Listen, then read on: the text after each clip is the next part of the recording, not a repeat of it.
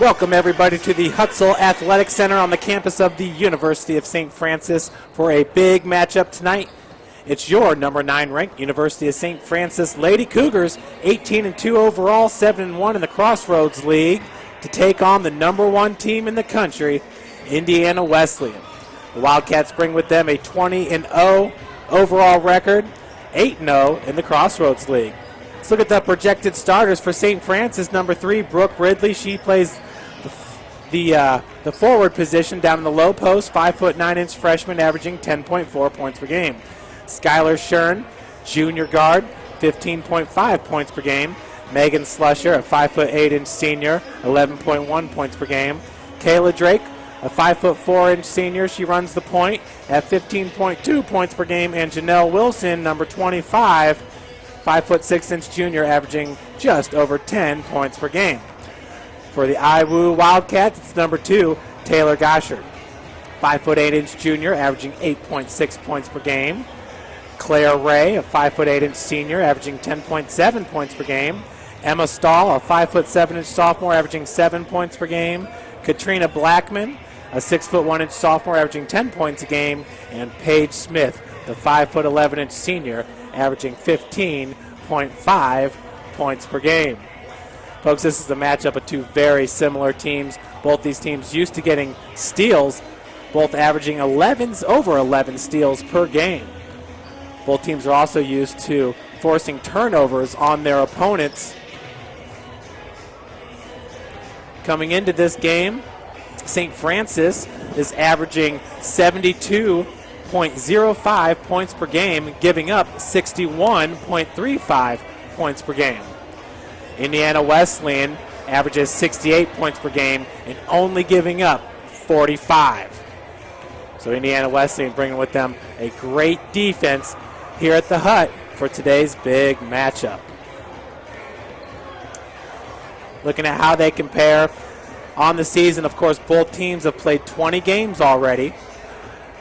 St. Francis has scored 1,441 points to Indiana Wesleyan's 1,369. Folks, give me a second here, and we're going to send it down to the floor where Coach Ryan Bolin has Gary Andrews before today's big matchup. And we'll be with Ryan in a couple seconds here.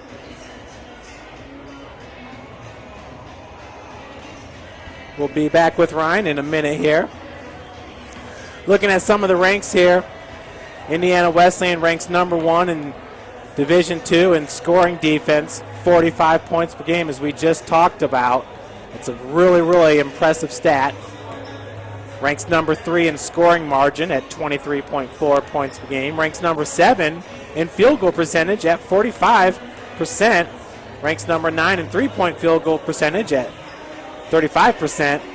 And number 22 in steals per game with 11.4. For your Lady Cougars, they rank number 11 in blocks per game, thanks in part to freshman Brooke Ridley, 4.4 blocks per game. Ranked number 13 in free throw percentage at 73%. Two Cougars boasting over 80% averages in Skylar Shern and Megan Slusher.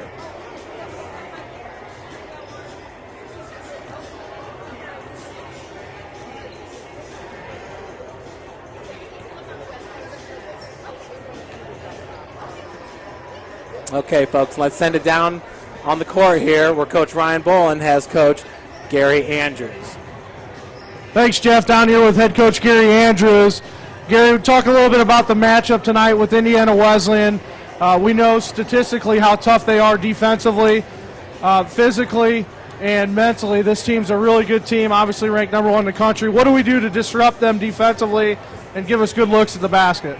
We just got to really try to run our sets. We put in a new offense the last couple of days, and we're going to try to get our girls in position where they can drive it hard to the basket. That's the one weakness they have is, it's not really a bad weakness, but, we really think we have the quickness to really take some girls off the dribble, and, that's going to be our game plan. We're really going to try to drive it hard to the basket, and hopefully we have good officials that call fouls.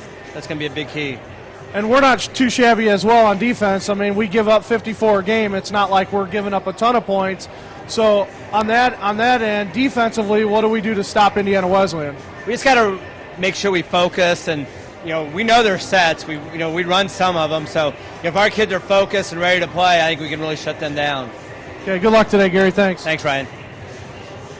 That was head coach Gary Andrews for the Lady Cougars in his 12th season with the team. Of course, last year it was IWU that knocked St. Francis out of what was then the MCC tournament. This is USF's 11th game against the number one team. The first one started in the 1998-1999 season. St. Francis is 1-9 in those games. The last time they played a number one was last year in the MCC tournament. That was back on February 24th of last season, and Indiana Wesleyan won that game 53-50. The last time St. Francis beat a number one, it was against Indiana Wesleyan back on January 8th, 2006. The Lady Cougars getting the 73-70 win.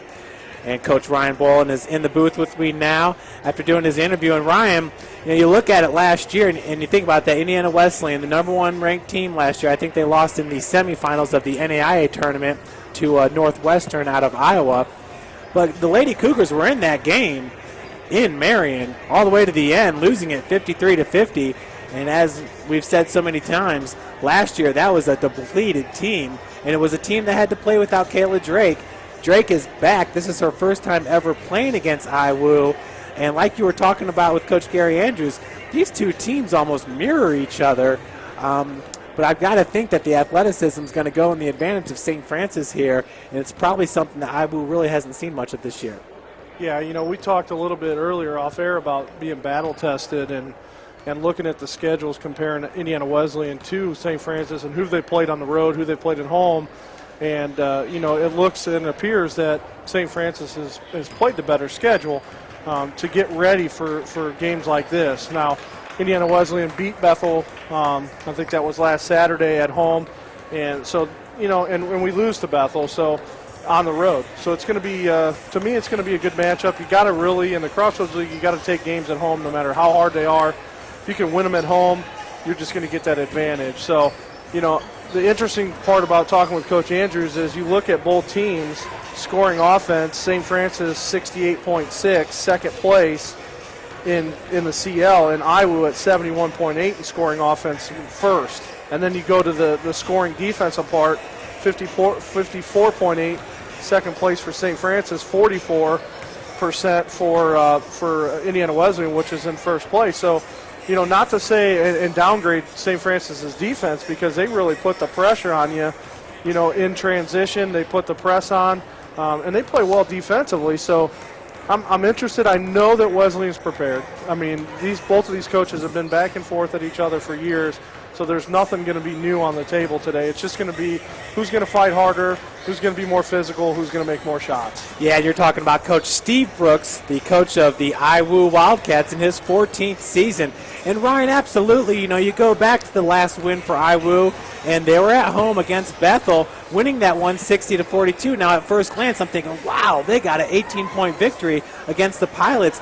But the Pilots are a perimeter shooting team, and if somebody like Laura Johnson's not hitting it from beyond the arc, and she went crazy against St. Francis over there in the Mishawaka area, but that makes a little bit of sense to me, because the one thing you're going to get with these two teams on the floor today is consistent scoring because of the way they do it, attacking the basket and taking those high percentage shots. Yeah, no doubt. You look at a field goal percentage, on the year for both teams, and they're shooting 41 to 45% respectively, and that's what we talked about. I think the difference is, Kayla Drake in this game for St. Francis, never playing IWU. She's been hot. If she gets hot early, she's going to be a factor going into the second half. And Indiana Wesleyan, with the weapons they have, if they have an off night shooting, then this could be a game for us to take one here in the CL. Ryan, I've said it all year. You look at it, and not many teams have their starters averaging in 30 minutes. and every time we're playing an opponent, the opponent will have about two players averaging 30 minutes. But the Cougars really do rely on their starting five a lot, and rightfully so. Looking at Indiana Wesleyan, Paige Smith averages 30.8 minutes per game. Claire Ray averages 31.9, arguably their two best players statistical-wise. And I'm wondering if that might be a factor in this game, if it might finally catch up with St. Francis. But as we stated, in the Grace game, this is a well-conditioned team that's used to running up and down the court. Yeah, no question. As we're getting close here to starting lineups, kind of want to go over some stats, series stats for USF versus Wesleyan, starting with the 92-93 season. Indiana Wesleyan leads this series 28-20. This will be the 23rd time starting in the 2000-2001 season that both teams met while ranked in the top 25 in the nation. The streak, IWU has won the last 4 and 13 of the last 15 meetings. One of the 13 wins was USF's win, but USF got that forfeit in that year. 10 of the last 48 games have been decided by 5 points or fewer. And home meetings since 92-93, 14th, USF is 12-11 at Hutzel versus Indiana Wesleyan. USF's last win was here at the Hut versus Iowa, 71-66 win on February 12th of 2011, and Bianca Woods led with 19 points, 7 rebounds. So some pretty neat statistics as we go through. You never know where the gap is there on wins and losses, but 28-20, Iowa's got that advantage. Just real quick, Ryan, do you remember that game in 2006 when St. Francis knocked off the number 1 Iowa? I do. And what do you remember from that game? Oh, God, I don't know. There's so much of it. Well, folks, we're ticking down here. We're going to send it down on the court for the starting lineups and the national anthem. Our PA announcer is Mr. Jim Shovelin.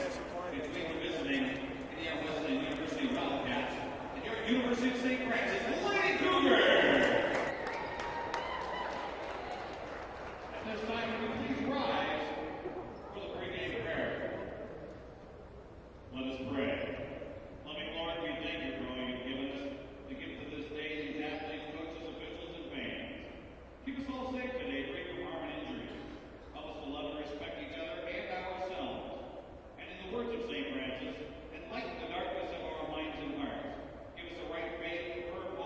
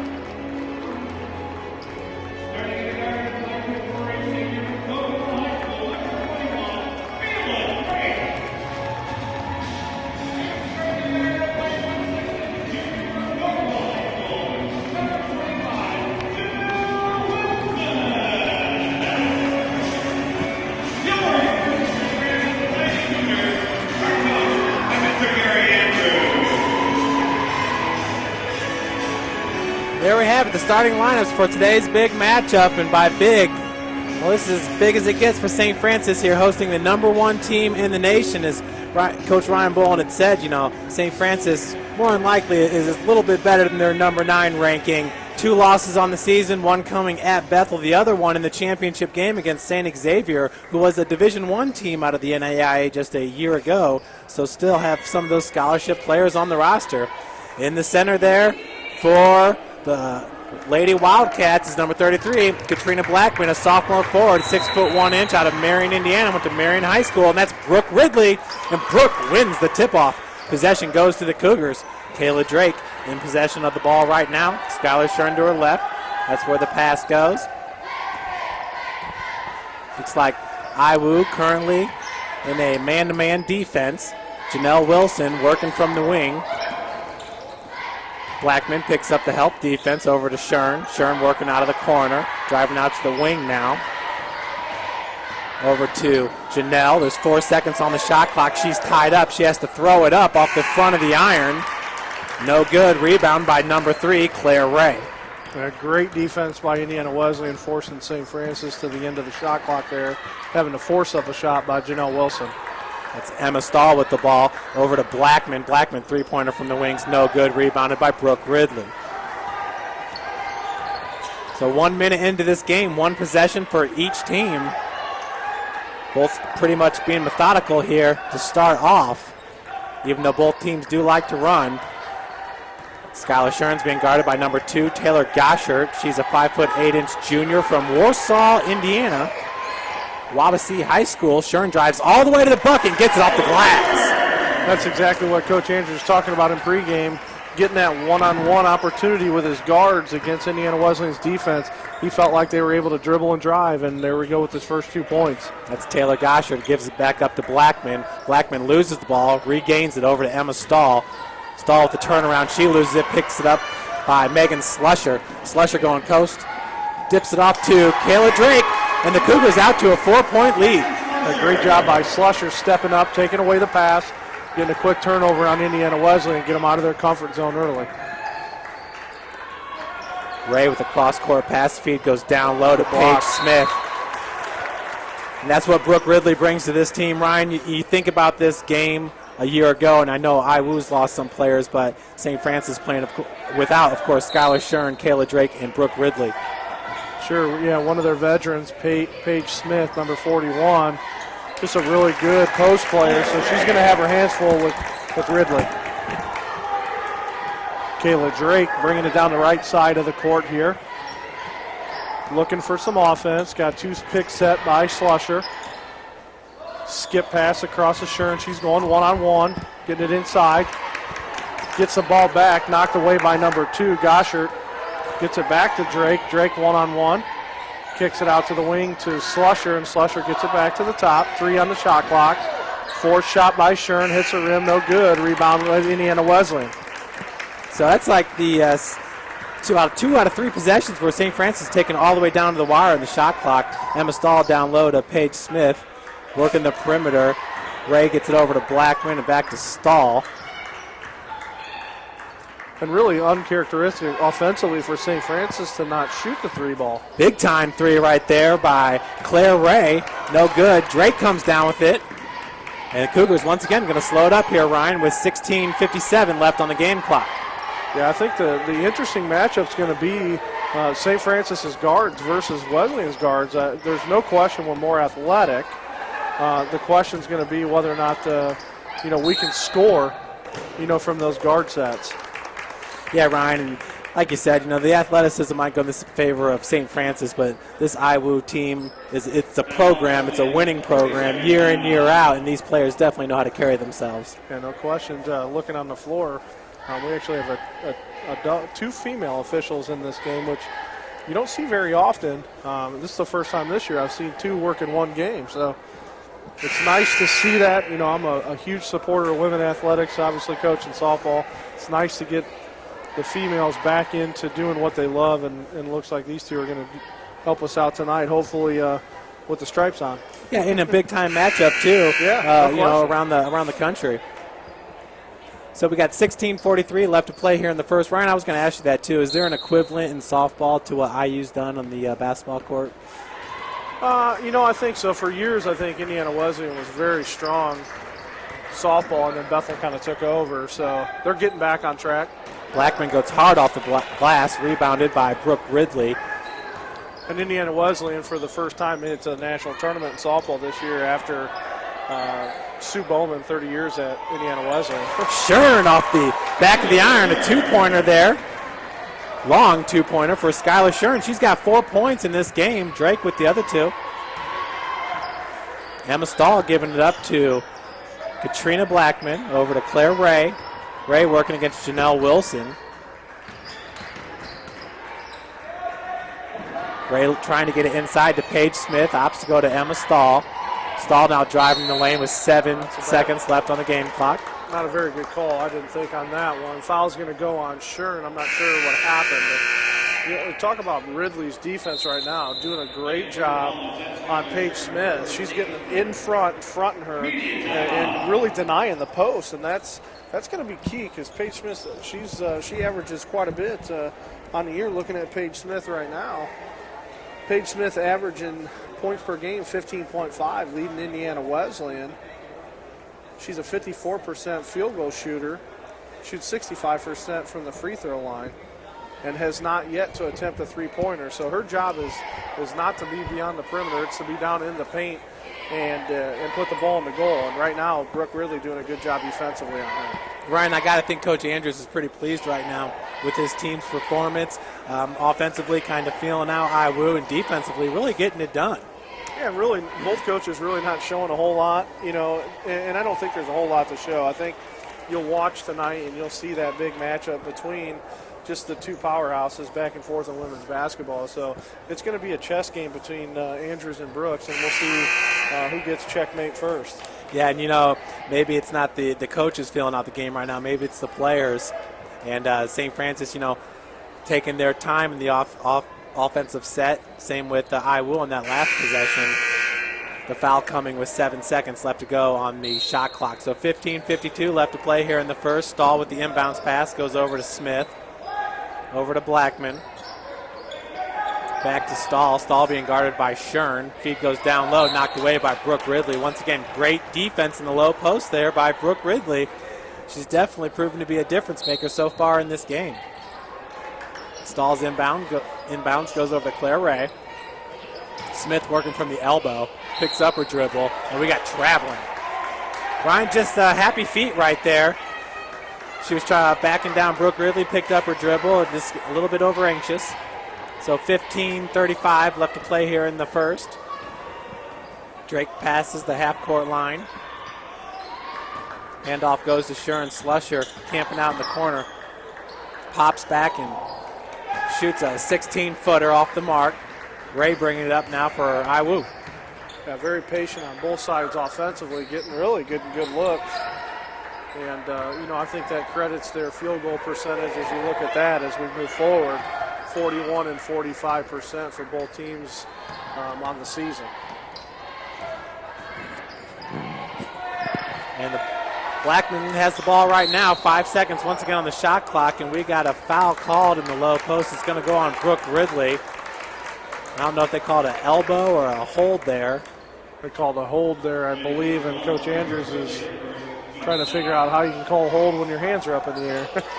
Feed inside goes to Blackman once again, hard off the glass. Ridley comes down with another board. So far, St. Francis with 2 team fouls, IWU with none, and you heard Coach Andrews say at the beginning of this game, that was an important factor to this game, was going to be the fouls that the refs were calling.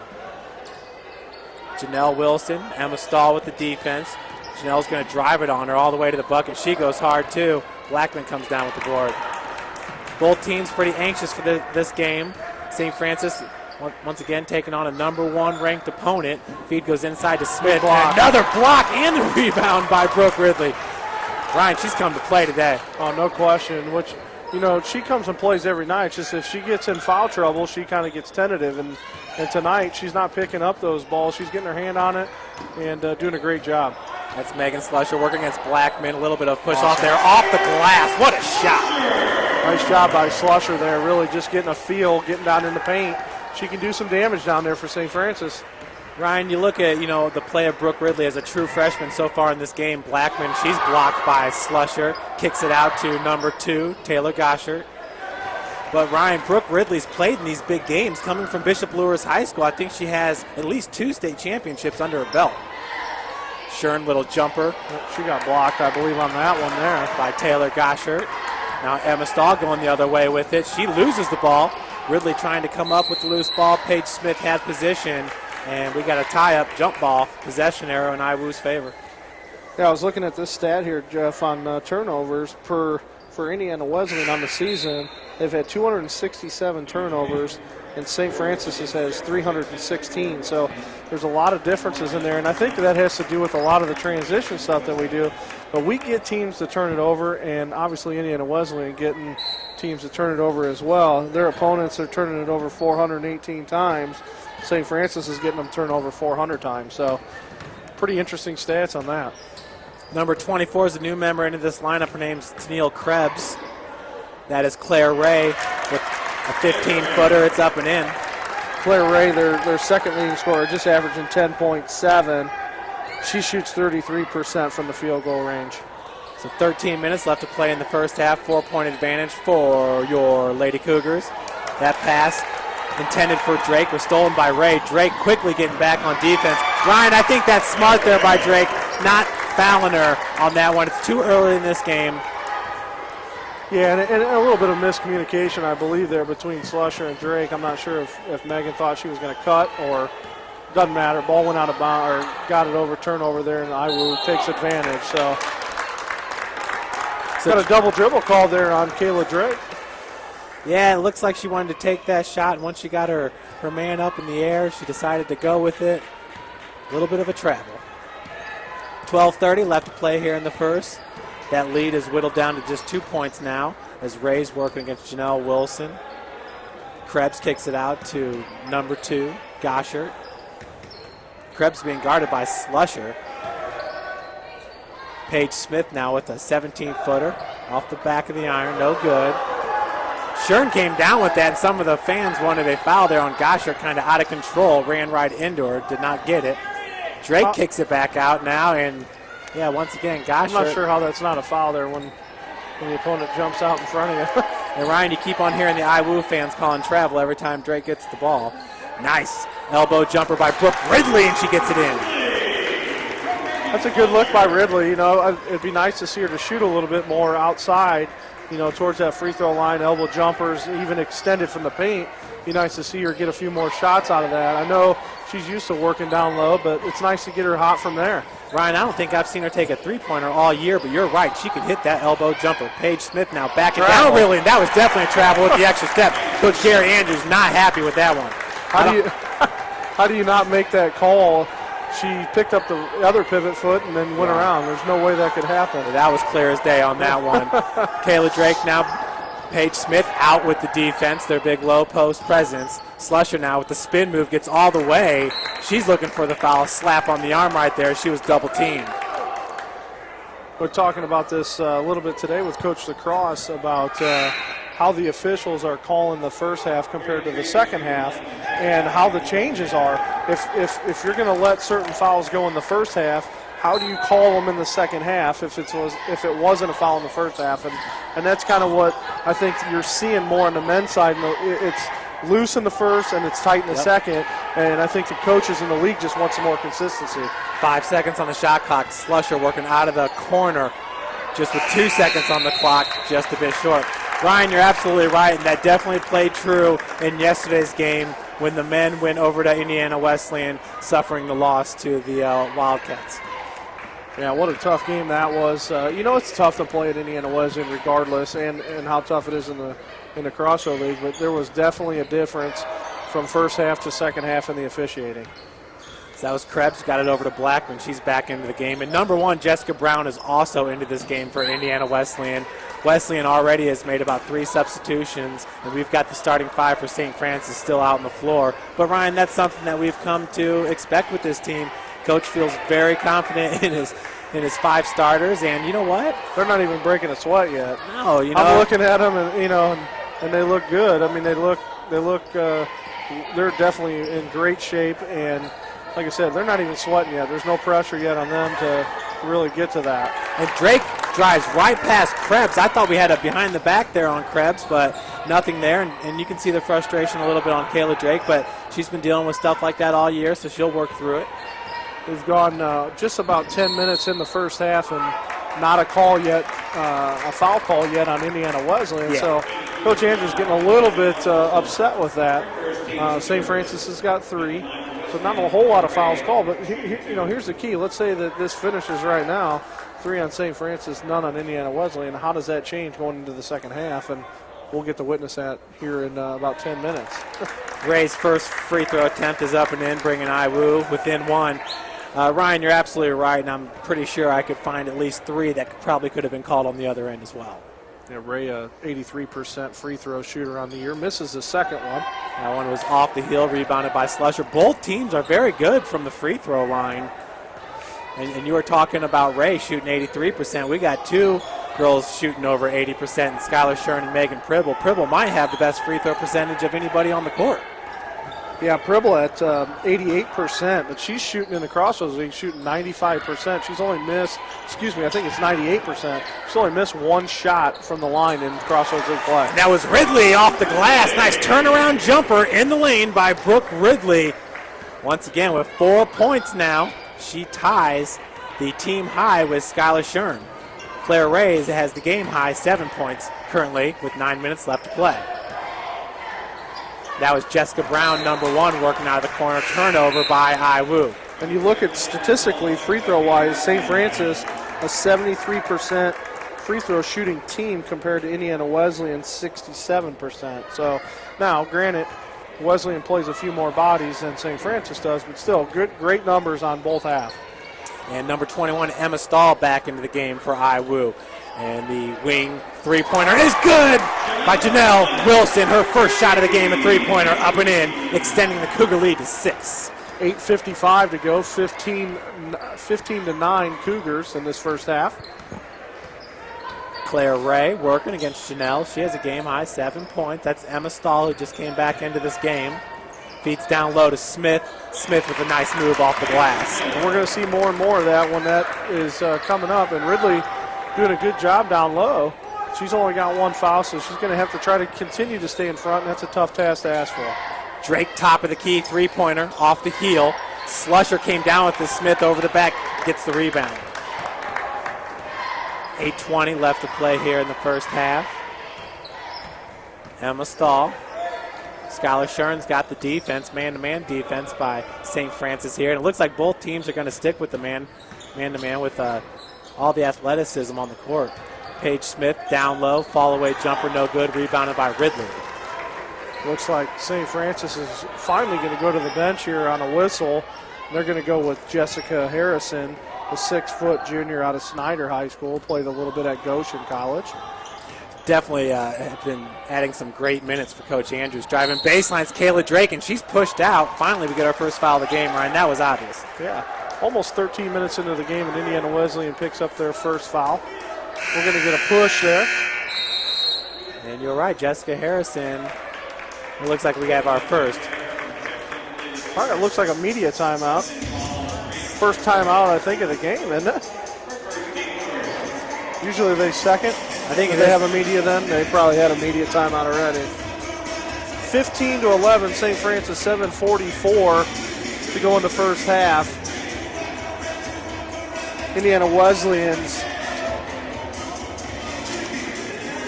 Claire Ray, I believe, is leading all scorers with 7. Right behind her is Ridley with 4, and number 41, Paige Smith, with 4. Ryan, looking at the live stats here provided by SID Bill Scott on the NAIA.org website. St. Francis, 4 of 13 from the field, shooting 31%. Indiana Wesleyan, 2 of 11 from the field, shooting 18%. Credit a lot of that to Brooke Ridley's defense against Paige Smith. They've been going down low to their post presence, and Brooke Ridley is playing a phenomenal game. I've got her already for 2 blocks, and unfortunately that doesn't show up on the webcast, but we'll get the halftime stats and see where she's at. She's averaging, well, she leads the CL, and she's one of the best in the nation, averaging over 3 blocks per game, nearly 4. Yeah, no question. She's lanky. She's got a nice wingspan, able to get her hands on the ball, and nice to have her on our side. Janelle Wilson kicks it out to Skylar Shern, being guarded by Blackman. I got to believe that that's a mismatch there with Shern's athleticism and speed. And we got a traveling call on Janelle and, Gary Andrews. No, I'm sorry, offensive foul. Called that a charge? You got to be kidding me. Unreal. That's different. I didn't see that at all. I didn't see the travel either, but it is what it is. 15-11, St. Francis on top here. 7:30 left to play. Of course, your Cougars with 4 fouls to Indiana Wesleyan's 1. And it looks like Ridley got her 10-second breather. Blackman going hard to the hole. And a nice block by Slusher. That's her 2nd block of the game. Loose ball is going to stay to Wesleyan. Shern not happy there. We just got to make sure that we keep our composure on the court, Ryan. At this point, this first half, it almost feels like we're on the road right now. I hate to say that, but it really feels that way. We're not getting some of the calls that I think are easily. That ball was tipped out of bounds by Indiana Wesleyan, and they continue to regain possession. Yeah, and the inbounds pass from Stahl went to Blackman for the easy 2, pulling the Wildcats within 2. 7:04, just winding down here. 15-13 St. Francis. St. Francis holding the lead here the whole game. I believe our high, and a nice steal there by Stahl. Drake coming up behind her. She kind of felt that one as she started to turn her body. Ray. St. Francis going to have to lock them down here. And a nice job by Brooke Ridley getting a hand on it. One-on-one, Skylar Shern. She's going all the way with it against Ray. And she finishes. Skylar was not scared of that matchup. You can see it right away, Ryan. No, and you can look. You know that Claire Ray does not want to pick up a silly foul in that. You know, and especially when she had the lead on her. Shern had a little bit of a lead on her. She turned on the burners. Kick out to Ray. Dribble with the defense. Pick set by Smith. Stahl now. Working the perimeter is Indiana Wesleyan. Good job of pick and roll there. Ray, long 3-pointer off the front of the iron. Shern's running with it now. It's 1 against 4, and Skylar's just weaving her way through the defense and finishes in transition. Ryan, that was impressive. And Coach Steve Brooks heading out on the court to meet some of his girls, letting them know, hey, you got to get back on defense. She just cut. It was a 4-on-1, and the next thing you know, it was 1-on-1, and she's all the way to the hoop. Skylar Shern, this has been fun to watch so far here, folks, as we have 5:58 left to play here in the first, and the Cougars up by 6. Ryan, I just find it a little interesting how Coach Andrews was worried about the foul calling, in the interview, and then what's transpired. Yeah, really, it's, unfortunately, it's just been 5 total fouls. It seems like it was just one-sided forever, but, when you go into halftime, if it would end right now, you'd be pretty happy on either side if you had 1 or 4. Most of the time, you're looking at 5, 6 in the first half, and right now it's kind of balanced. So the officials are letting them play a little bit, which is good. And like I said, that's going to be the key in the second half. Is if they continue to officiate like this, then it's going to be let's play basketball type of night. So. I like our chances when that happens. It just kind of stinks that Janelle has to be on the bench right now because she does have 2 fouls, the last one being that charge. And well, I think it's good because it gives opportunity for Harrison and for Caleb Bear to get in and see if we can work our post game, because that could be key going into that second half if we can get the ball down low and get either Paige Smith or Blackman in foul trouble. Ray kicks it out to Stahl in the corner for 3. A little bit long, rebounded by Smith. Jessica Harrison was right there with the defense. In a traveling this time called on number 2, Gosher. And I didn't see that one. She must have took a step before putting the ball down, but a lot of travels called tonight. Yeah, Ryan, the one thing, if you look down the court, Jessica Harrison and Kayla Bear, IWU just doesn't have players like that. So advantage there in St. Francis really being able to box out and hopefully own the low post. Drake got it over to Shern. Stahl's got the defense. 5:30 left to play here in the first. Harrison with the pick set. Scholar throws that one up, and she had a Wildcat on her hip. She's going to head to the line for 2. That foul's on number 21, Emma Stahl, 5'7" sophomore guard out of Elkhart, Indiana. Played her high school basketball at Jimtown, the Jimmies. Ryan Schuyler was key a week ago against Taylor in that victory. She was 8 for 8 from the free throw line. Hits her first. Yes. Schuyler shooting 84% on the year. She is now 90 of 107. And she hits both of them. Ryan, that's even more impressive considering the fact that she doesn't get much of a breather and she's running all the time. Just speaks to her conditioning. And, every once in a while your arms will start to get weary there when you are on the court so much, playing the style that they do. Ray inside the three-point arc drains it. Good-looking shot there by Ray. Stepped in, got the defender to sag off a little bit, popped it up in the.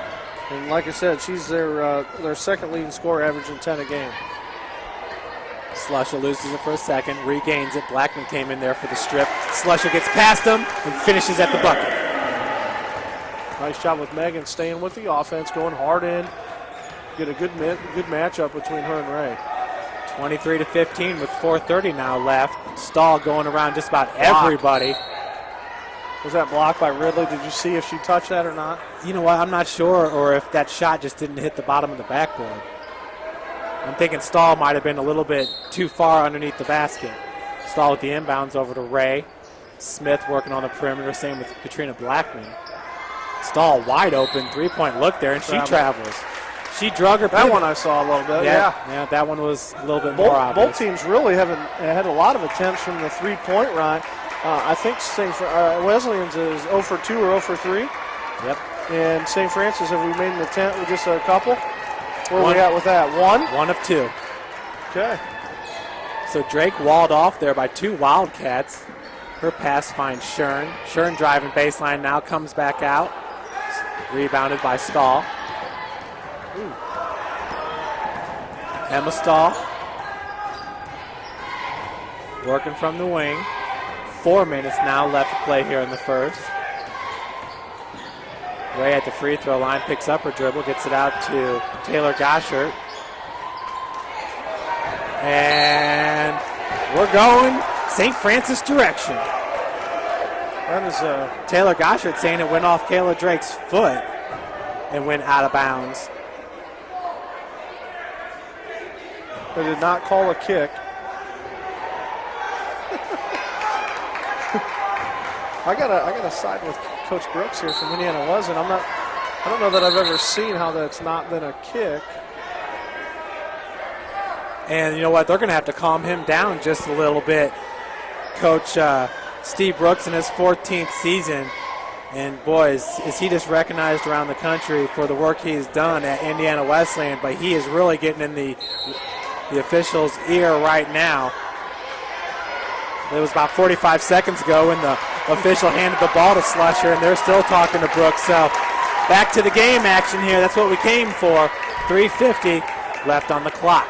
He's got to have he's got to have a good argument on that. I don't know how you call that any other way, but it went deflection off of Drake, and then it got kicked out of bounds kind of by Indiana Wesleyan. So whether it was the pass that deflected or they just didn't call Drake for that kick. Well, you know, Ryan, yesterday we did an update video, and the baseline jumper by Drake's off the mark. Harrison was there wrestling for the rebound. Blackman came down with it. Ryan, yesterday in our update video, nice bucket by Paige Smith. 23-17 Cougars, 3:10 to go in this first half. Going back and forth every possession is extremely important. Jumper from 17 off the mark. Shern knocking it out of bounds. That's a terrible I don't know. I thought Skylar Shern knocked that one out right there. Ryan, though, but yesterday in the update video, Kayla Drake was interviewing a bunch of the players and talking to Slusher about today's big game. Megan said, I'm not going to lie, I'm a little bit nervous about the big matchup, but I wonder how nervous the officials are, too. I mean, obviously, you want to call a perfect game as a ref or an official, and a lot of eyes on you with this matchup. And no question, looks like Coach Andrews has been warned.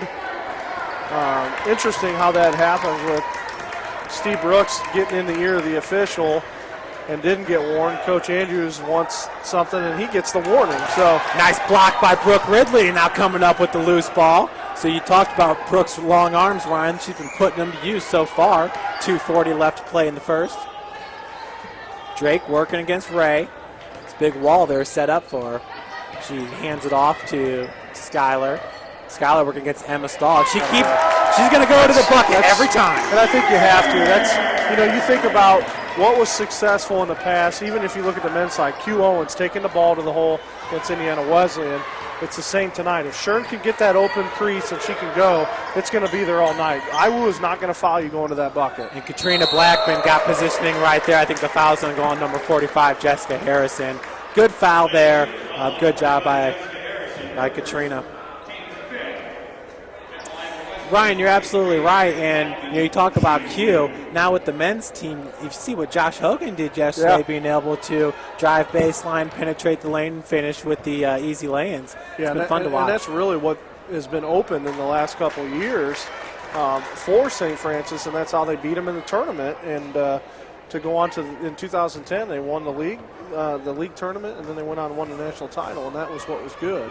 So the officials still talking with Coach Andrews there as the second one is up and in. So 25-18, 7-point advantage for your Lady Cougars, leading this game the whole way. Blackman now is her third point of the game. We're now at the 2-minute mark here in the first half. Drake getting it over to Slusher.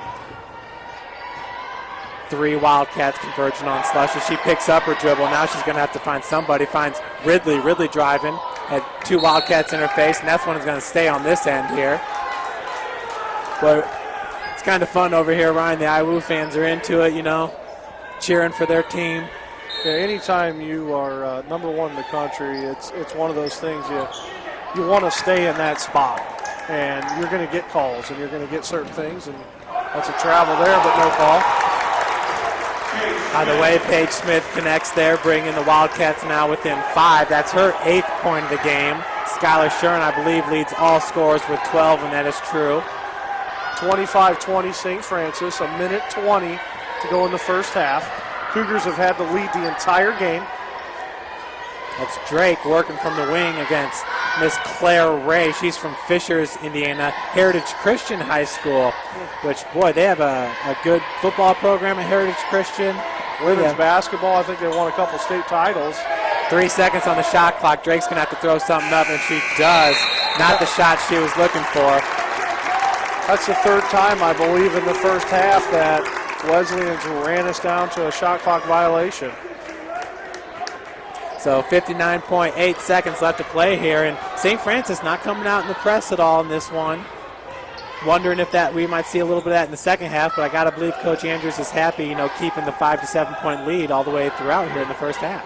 Yeah, and you wonder about, we don't know much about Wesleyan's transition game. That could be part of their strong point, but right now we're seeing a ton of half-court offense. Yeah, you saw it a little bit on that last bucket by Paige Smith, and a foul's going to be called on number 2, Taylor Gosher. Megan with the quick steal and the turnover, going to pick up a foul. We talk about Megan all the time, just all the things she does in the court, and she's come up huge so far in this game with the 2 big blocks, picking up some loose balls and forcing some turnovers. 30 seconds now left to play here in the first. Drake over to Slusher. 18 seconds on the shot clock. About a 3-second difference there. Janelle Wilson working against Stahl. Looks like the Cougars going to want to wind this one down. Feed goes out to Ridley. Kicks it out to Shern. Now with 7 seconds. Drake once again finds herself with the ball. Nice job driving, but she did not hit the rim. Got that off, I believe. They're going to call a shot clock violation. No, they're going to call a foul. Oh, excellent.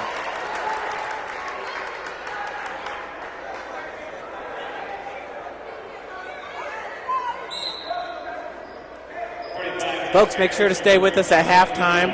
Senior football player Austin Coleman is going to join us in the booth, and we're going to talk about what he's been going through since the end of the football season here, trying to get ready for an NFL rookie camp coming up here early in the summer. So, they added some time. They went from 3.3 to 4.8. I just don't understand that because the buzzer went down, so it's a shot clock violation, but there was only a 3-second difference, so it's almost like they just gave him an extra second there. Good Claire defense Ray. by Slusher. Absolutely. Awesome job. And that'll do it.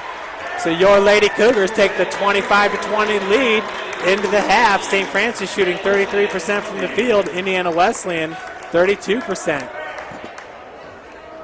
And folks, we'll come back with some stats for you with about 2-3 minutes left to play here, or left to go in the break.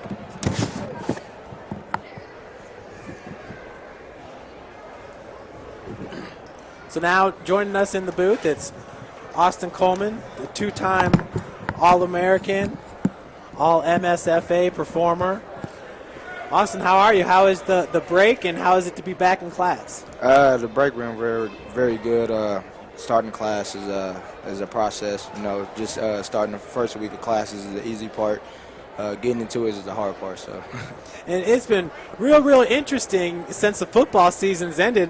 We know you're training over at AWP, and people like John Goodman and Tyler Eifert are over there training with you. And I know some of the guys that you grew up with that went off and played at some of the big schools and now are trying to get back and lead are training with you as well. Just kind of talk about that experience so far. Yeah, training with AWP is great. It's a blessing. It's a process. But Tyler Eifert, he's down in Florida training, but we have John Goodman here. We also have Malcolm Riley that came back. Dre Muhammad that played with Oakland Raiders is working with me as well.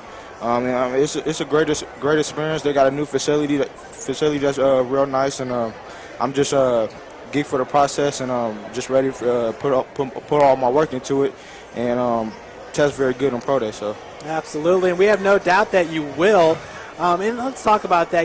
Throughout the course of me being able to cover you here at St. Francis, we had 3 football seasons together. I wasn't here for your freshman year, but it seemed like every time you got the ball, you really rose to the occasion. And I know we talked about this during your junior year, talking about the big games. And I know you like and you enjoy the big games.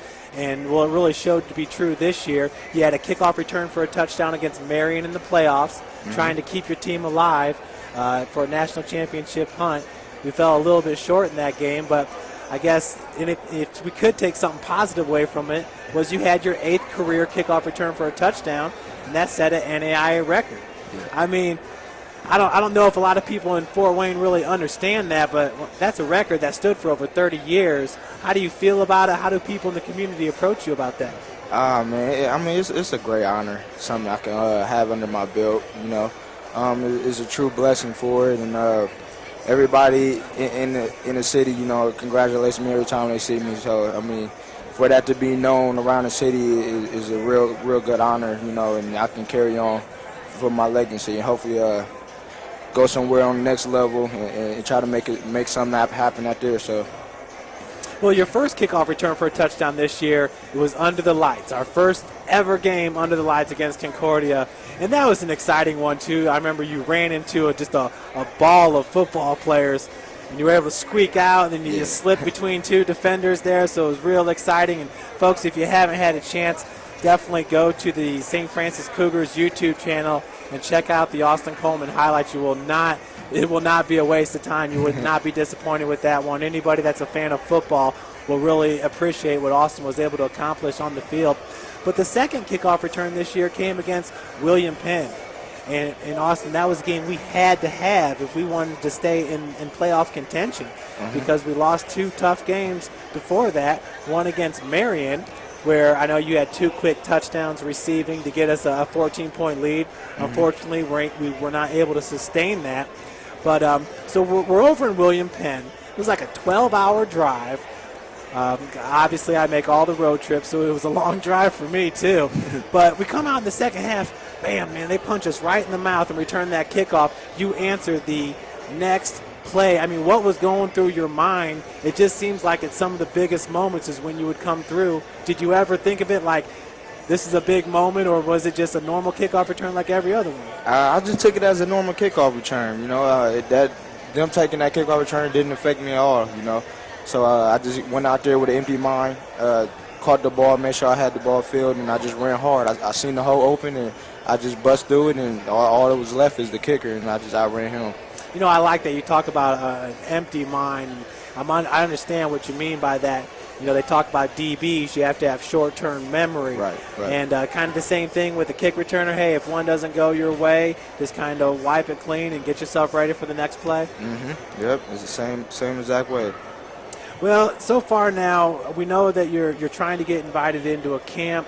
I know I've been working. A lot of us have been working to try to get you in one of the bowl games. It has not happened for us thus far. I know we're looking at Texas versus the Nation in early February.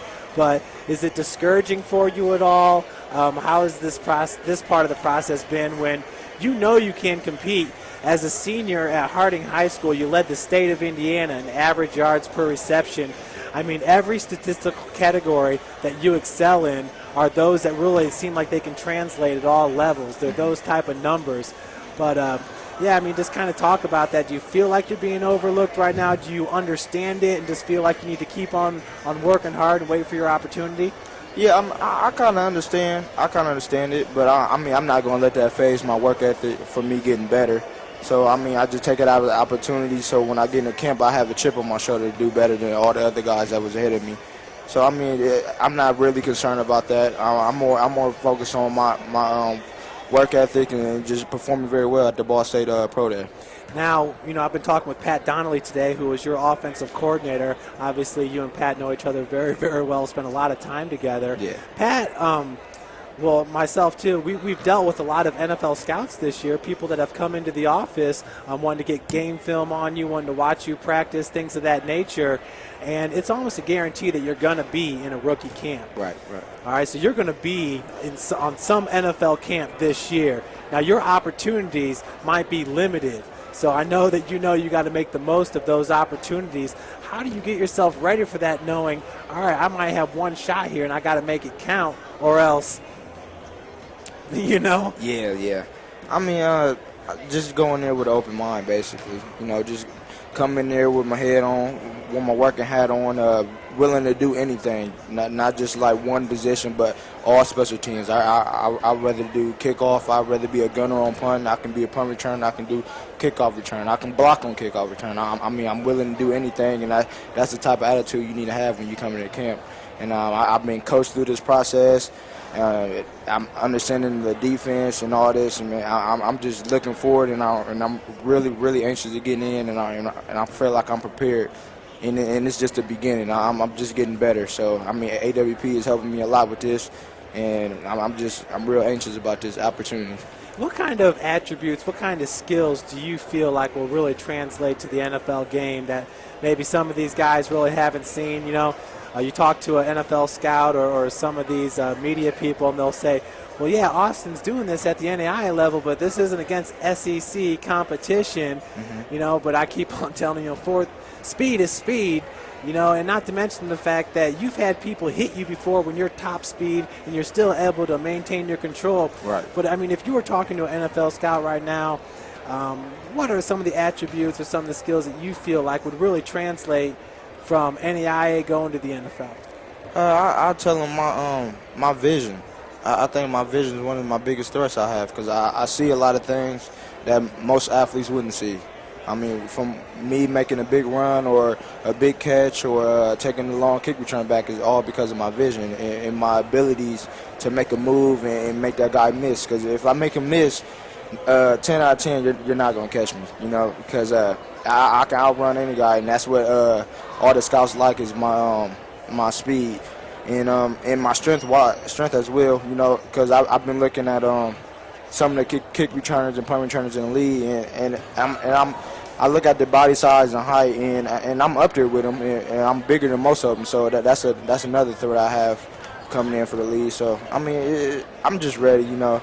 It's a big process. I've been wanting this ever since I was a little kid, starting at the age of 16. So I'm just ready for the opportunity. She's starting at the age of 16. I know for you it's starting at the age of 4, playing with the 12-year-olds. Yeah. So that's how Austin always did it, you know, coming up. But, yeah, Austin, I'd have to agree with you 100%. I mean, obviously, there's not an ounce of fat on your body, Right. but you're a wide guy, if that makes any sense. I mean, yeah, he runs 4.3, but you're a wide guy. Have you ever had anybody tell you that, or has anybody ever compared your body type to somebody we've seen in the pros? And I'm trying to think of somebody right now, and I would have to say Steve Smith would probably be the first person that would come to mind. Yep, I got that a lot from a couple of scouts, even though he's almost 200 pounds and I'm 185. And, like, I was trying to tell people I was kind of compared to Deshaun Jackson, and they was like, nah, man, you're way bigger than him. He just got a little height on him, but he's only 170. He's nothing but sticks and bones. He got speed. It was like I got power and speed, and that's just sets me from everybody, so. Absolutely. We'll talk about, we're in the gym right here. It's number 1 IWU against St. Francis, ranked number 9. I mean, this is one of those big games that we've been involved in every single year. It seemed like this year, knocking off the number 1 team in the country, Right, St. right. X at their place. But, what do you think? What do you think is going on in the minds of these athletes here playing in this game? Obviously, St. Francis kind of showing out for the crowd here at 25-20. Have you been impressed with this team this year? I've been very impressed with the girls, man. I'm surprised, man, because they didn't really have a good couple of past seasons, and they just came out of nowhere just whooping up on these other teams, and they holding their ground real good, and I like to see them come out with the W tonight, just like we did against St. X. Just keep that legacy going. What do you think about the play of Kayla Drake, number 21, a point guard who played for us last year in about 12 games before she got hurt? But, she's got a similar body type to where, she's down there and she can handle herself. She's not going to get knocked over by a stiff breeze. Right. Okay, she's doing her thing out there. She's not really putting up the points that she's normally doing, but she's out there being the general on the floor, getting them assists and getting the people the balls that can make them the scores. And Skylar is really stepping her game up tonight.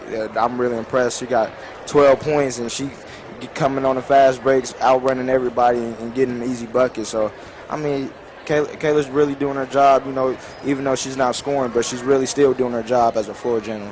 Well, I got to tell you, as somebody that broadcasts every single one of these games, I know we really appreciate it. You're always here supporting, whether it's the men or the women, whether it's Christmas break, schools in session or schools not in session.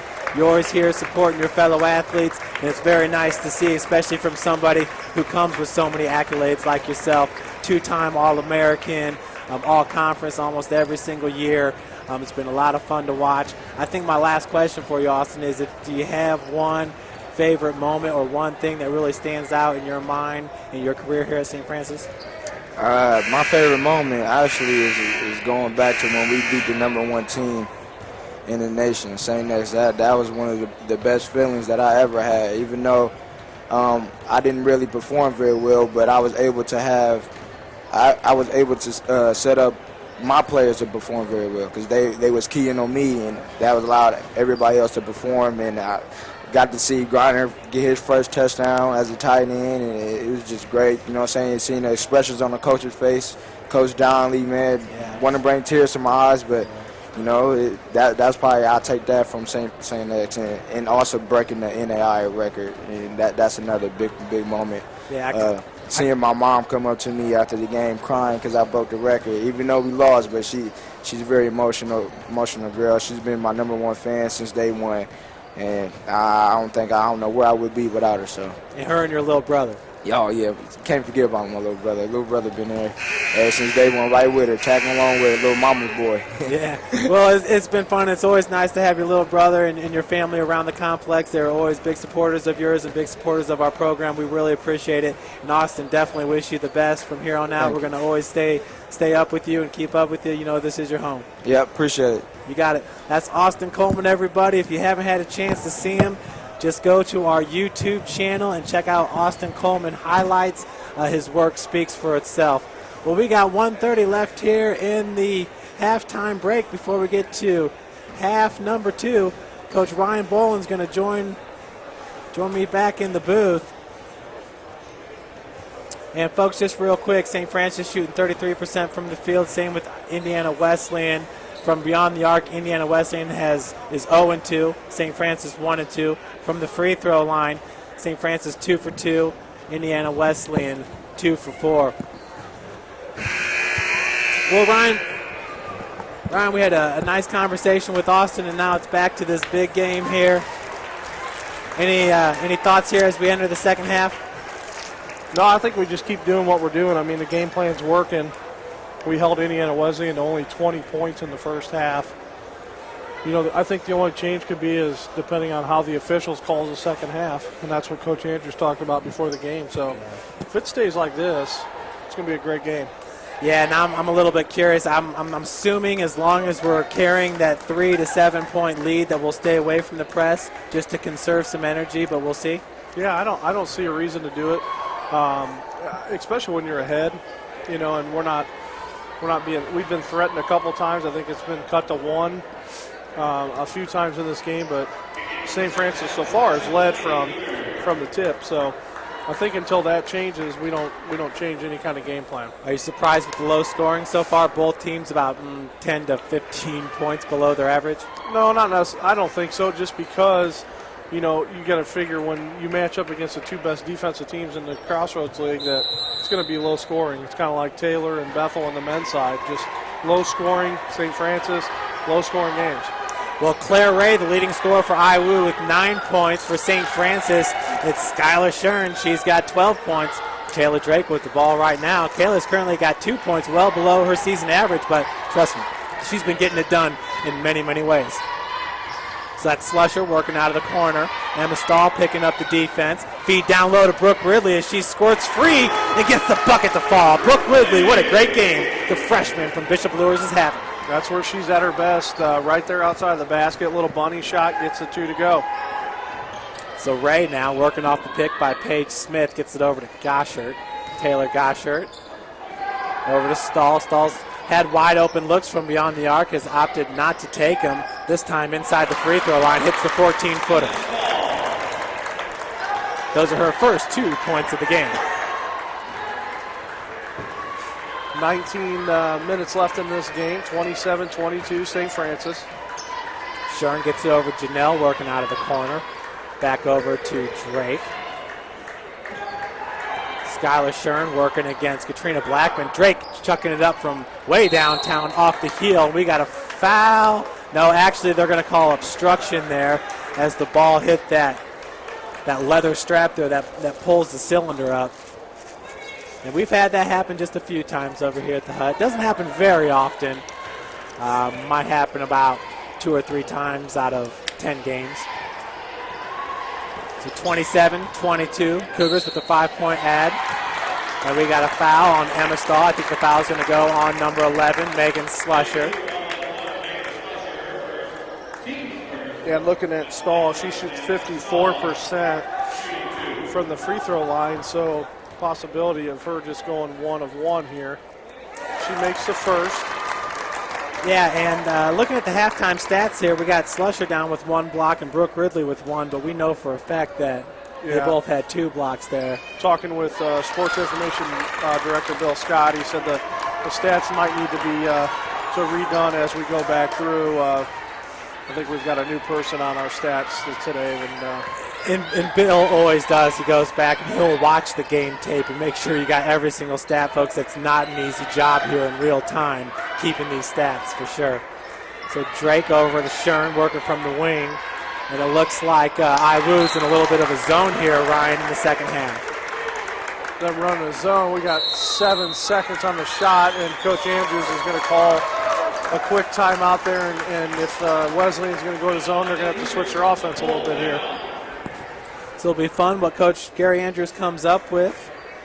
Folks, our next broadcast, make sure you tune in. It's these Lady Cougars, the number 9 ranked team in the country, to take on the Huntington Foresters. The Foresters, I believe, at number 24 in the country right now with a 13-6 record. Huntington is currently in 4th place in the Crossroads League behind Bethel and St. Francis and IWU. Bethel, of course, just this last Saturday losing to Indiana Wesleyan by 18 points. Their player, Laura Johnson, was a Crossroads League Player of the Week. Actually a 2-time Crossroads Player of the Week, last one coming the week of January 7th, where she was also named the NAIA Player of the Week. And Ryan, we know that Laura Johnson kind of had a field day when St. Francis traveled up there to take on the Pilots. Yeah, it should be a good contest this Saturday against the Foresters. I know they've struggled throughout the season so far, but it's always a good matchup between the two teams. Credit Huntington's coaching staff for getting them ready all the time.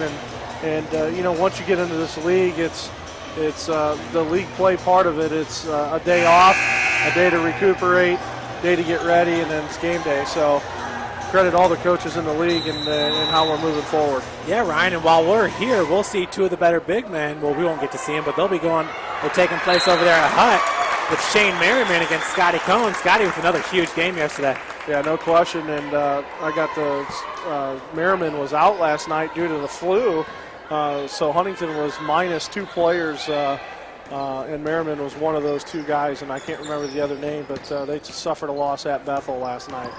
27-24 in Bethel, a really, really good team. Feed goes down low to Paige Smith. She works her way free from 3 defenders, bringing Indiana Wesleyan within 1. 27-26, 17-45. Cougars with the 1-point advantage. They have not yet trailed in this game. So foul is going to be called on number 41. That's Paige Smith. She picks up her first foul. Nobody really in foul trouble. Janelle Wilson's got 2 for the Cougars. That's Drake with the inbounds. Goes over to Janelle. Janelle working against Emma Stahl. Kicks it back out to Skylar. Skylar was able to drive and find the bucket all half. This time she gets fouled. All first half, excuse me. She'll head in line for 2. That should be a foul on number 2, Gosher. That's her second. Puts Shern to the line. Talked a little bit about Shern early, shooting 84%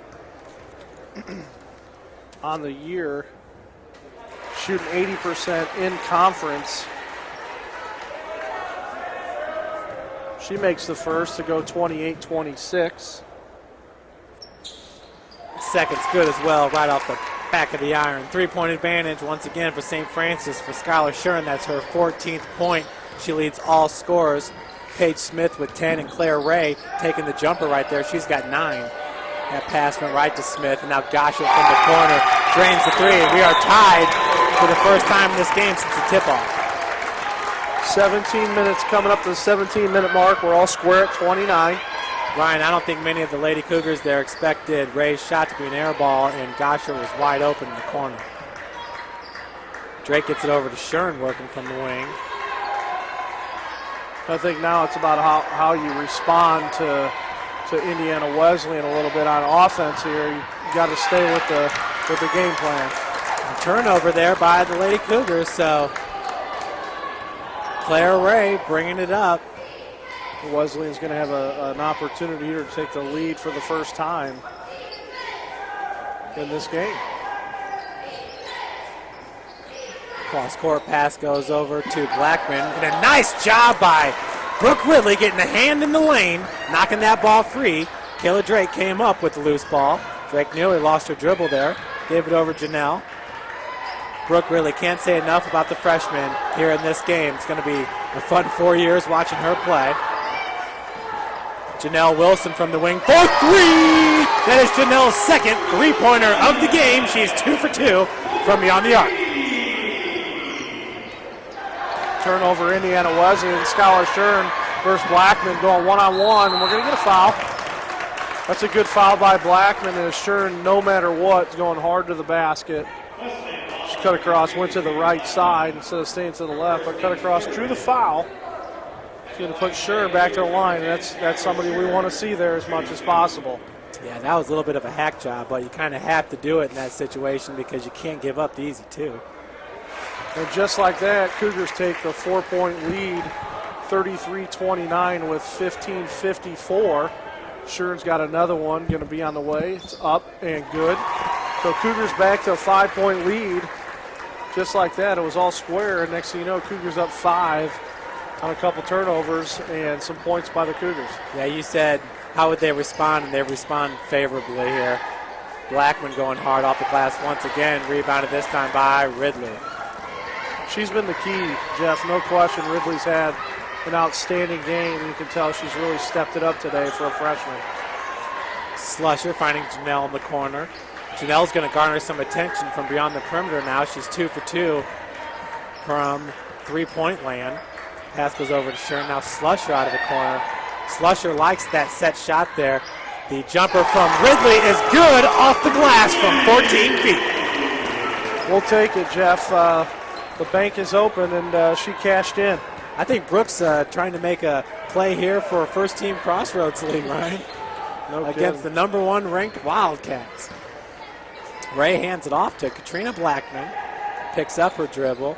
She finds Gosher in the corner. Gosher hit that big three-pointer to tie this game moments ago.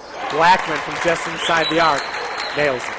36-31 Cougars, 14-40 to go in this ball game. And we're talking a little bit about Brooke Ridley doing a great job on Paige Smith defensively today. And that's kind of been the key at this point as they're slowing down Wesleyan's inside game. Kicking called on Katrina Blackman there. Yeah, Wesleyan hasn't taken too many shots from beyond the arc. I think they're 1 of 3 currently.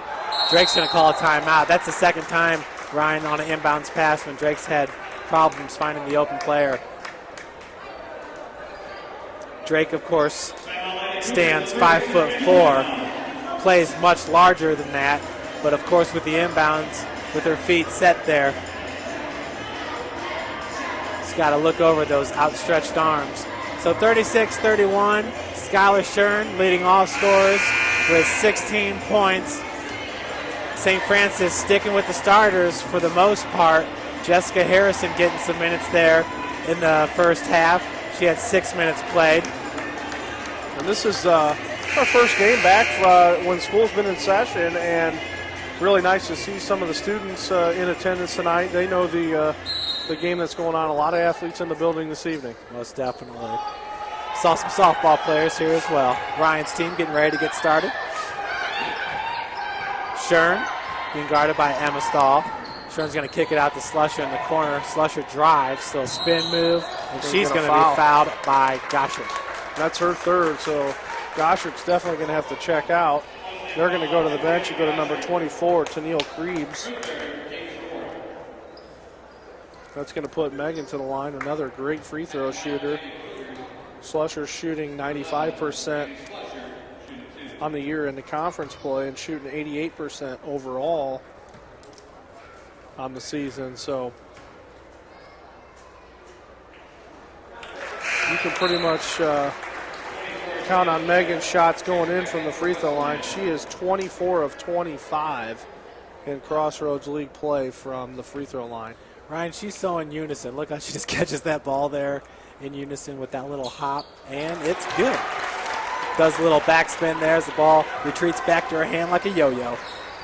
So Cougars 38-31, 7-point lead, winding down to the 14-minute mark. Cross-court pass by Ray goes over to Krebs. Blackman's going to take this one for 3 this time off the heel. Rebounded by Ridley. Ridley battling there with Paige Smith.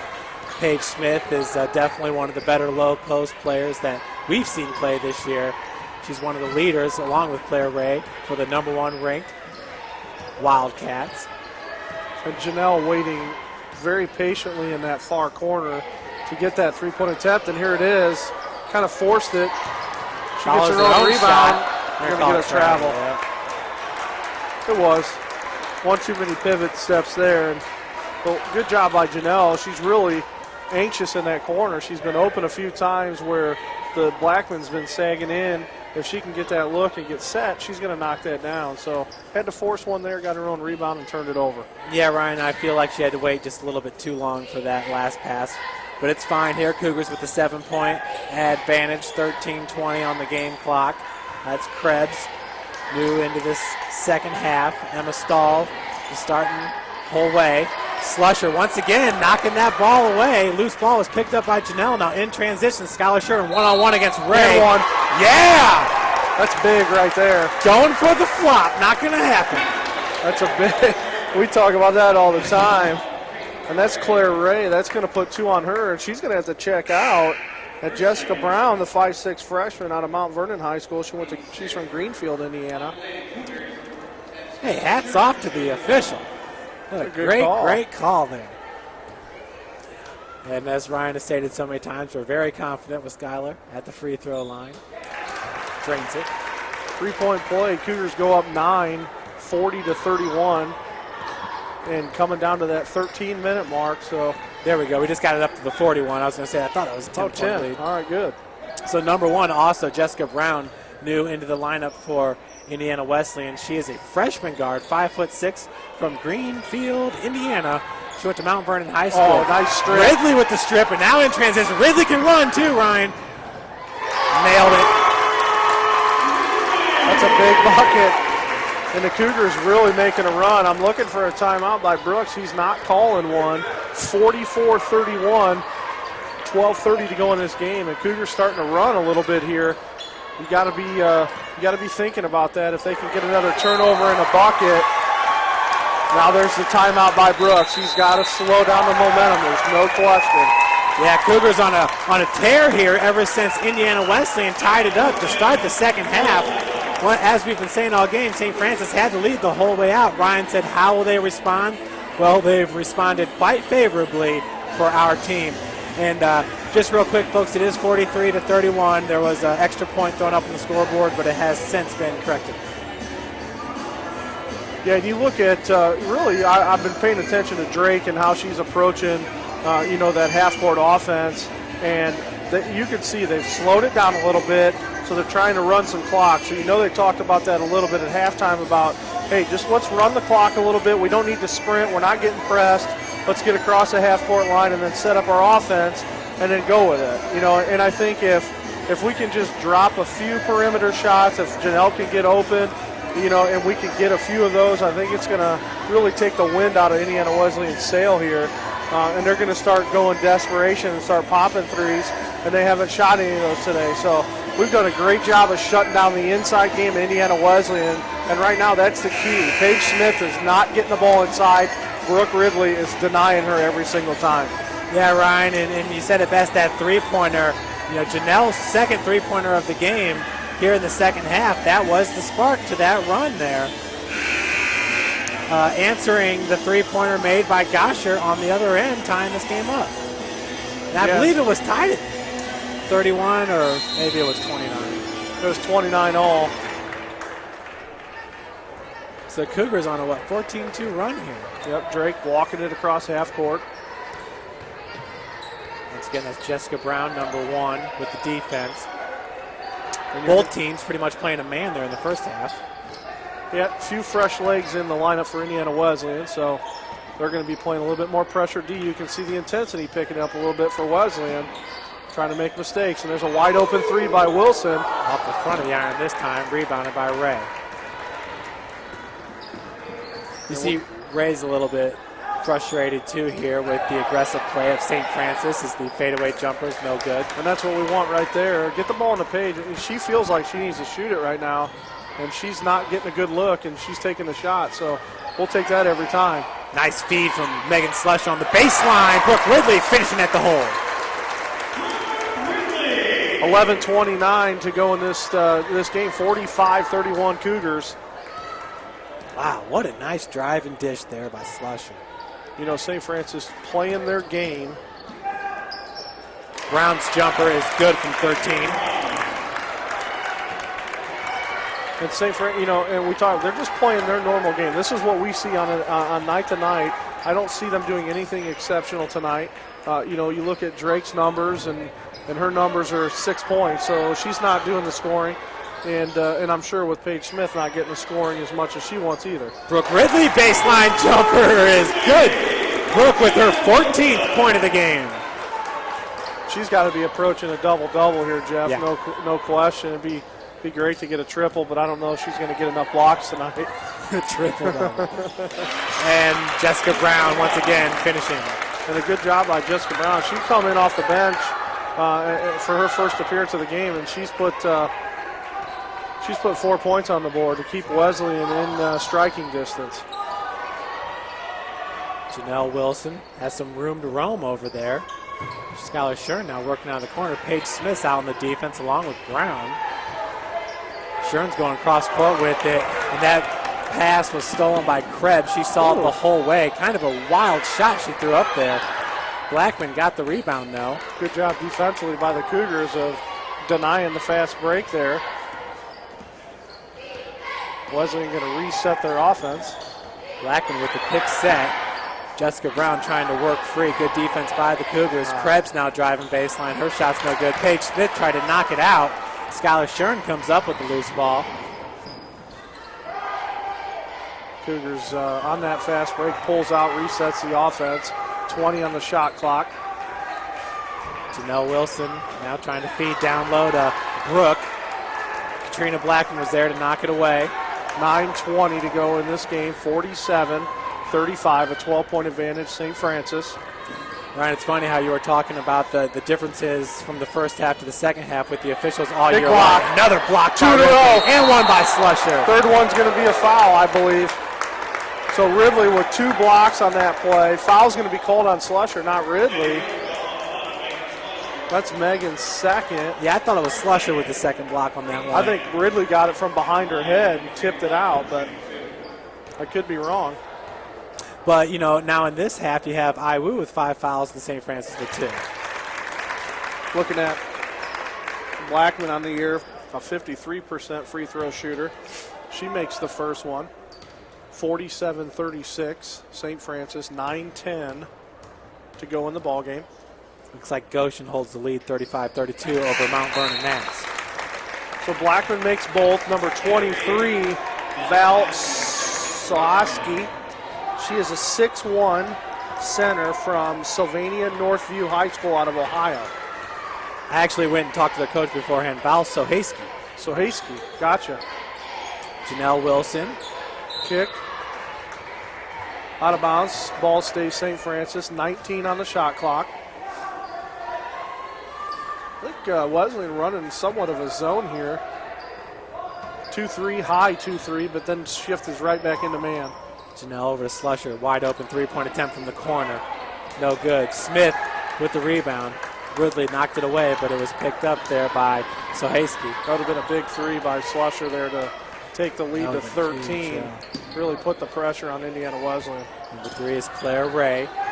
Pulls up from 17 feet off the back of the iron. No Big good. block. Woo! That was Brooke Ridley there, just using those long arms, reaching over. What more can we say about Brooke Ridley? 5 blocks unofficially in this game. Inbounds goes over there to Sohaski, and a foul is going to be called on Slusher for Megan. That's her 3rd foul. So I believe you have to go to the bench here for just a little bit. Maybe go with either Harrison or Bear for a short stint. You know, you can run Kayla for 2, 3, 4 minutes. You can run Harrison for 3 or 4 minutes and then bring her back in with 5 or less on the clock, and I think Megan will be fine. She's probably fine with 3 right now. See if Coach Andrews goes to the bench or not. Second one is good. So that pulls the Lady Wildcats to within 9 here at the Hut. That is Sohaski's first point of the game. You see as they collapse on Drake right away. Feed goes to Slusher. Suffocating defense, almost looks like a box and one or something there with Indiana Wesleyan. Just inside the arc is Slusher. Over to Drake. Drake pulls up for 3 off the front of the iron. Nothing but Wildcats around that ball. Not a great look for Drake, trying to force it, and Wesleyan comes down and scores. Been a few possessions here where St. Francis hasn't got the ball in the bucket. 47-38 St. Francis, so they cut it to 9. 7:50 to go in the game.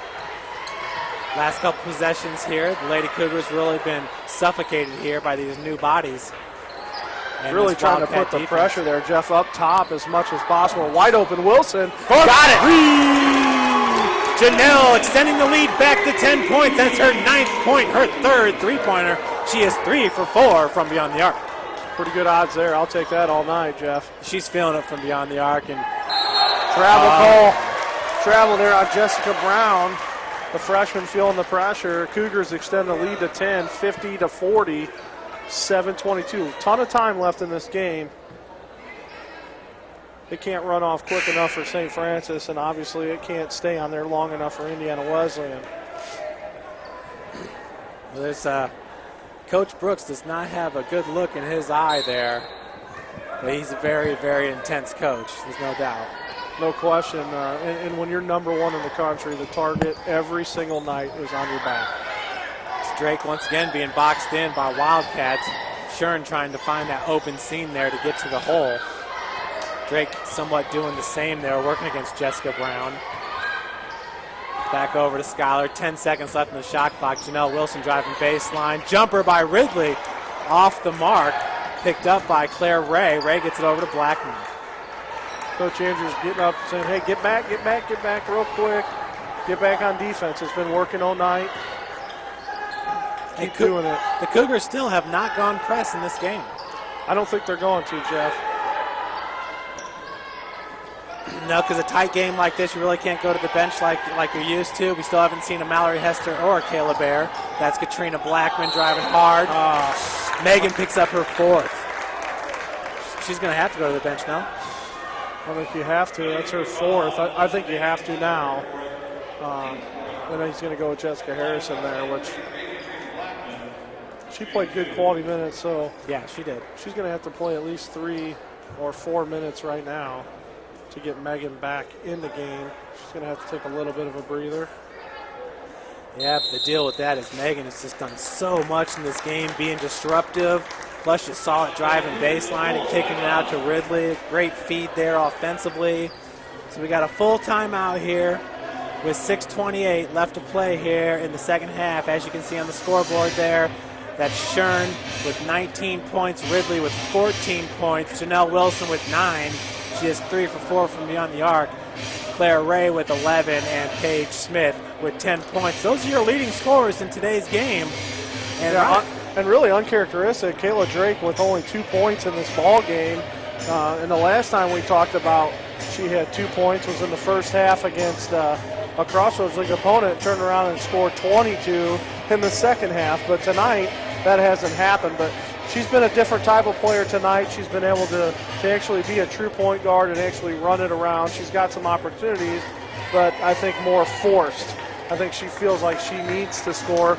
But really, Brooke Ridley stepping up her game tonight, and Shern just constant, doing a great job with that. And she's got 19, like you said. And, Drake averages 17 a game, and IWU holding her only to 2 right now. But still, like you said, getting it done in so many ways. And a lot of time, we were just talking to Austin Coleman about this at halftime, a lot of times players like Kayla Drake and Austin Coleman, all they have to do is step out onto the field of the court, and they're already making a difference because of how much attention they command from the other team. Yeah, no question. I think if you ask Drake at the beginning of the game, you want to score 20 and lose or score 2 and win, I think she's going to take the W. There's no question. So, obviously she wants to be more productive offensively, but in a game like this, you're looking for the end result, and that's to knock off the number 1 team in the country. It's Katrina Blackman at the line. Her second one is up and in. 50-41, 6:28 to go in the ball game. Cougars with a 9-point lead. St. Francis has yet to trail in this game. It's been tied at 29. And Indiana Wesleyan getting the turnover off of Drake, and Drake's going to pick up a touch foul. A good pressure defense there by Claire Ray. Along with Jessica Brown there. So kind of a big turnover there for Indiana Wesleyan at a pivotal point here with 6 minutes left in this ball game, 6:18 to be exact. Wesleyan looking to score now in every possession. That's Krebs there. Oh, excuse me, number 23 is Sohasky. Jessica Brown back over to Ray. And you have to think Wesleyan likes the matchup between Smith and Harrison underneath. Harrison more physical, but Ridley definitely does a better job of keeping her fronted. Harrison doing a good job right now, pushing IWU to the shot clock. No doubt, and Ray's jumper is up and in, getting a friendly roll there is Claire Ray. 2 points and ran 30 seconds off the shot clock. So 5:30 to go. 50-43, 7-point lead St. Francis. They're looking to score. Taylor Drake over to Janelle Wilson. As Ryan was saying, this zone defense of Indiana Wesleyan really taken out to the perimeter. Shern trying to get around Paige Smith and split defenders. Turns the ball over. Is picked up by Sohasky over to Ray. And Slusher Coach is going to take his chances with Megan in and fouling out. I don't blame him here. Getting inside 5 minutes, she fouls out, then you got to deal with it. Jessica Harrison trying to recover. And I think the foul's going to go on Ridley. Harrison. It is on 45. But Jessica got herself out there a little bit and tried to get back off to wall her off, and it's a little bit too late. And Ray, 83% free throw shooter. 50-43 is the score as of now. Ray hits the first one, cut it to 6. Slusher to check back in for Jessica Harrison. For Claire Ray, that is her 14th point of the game.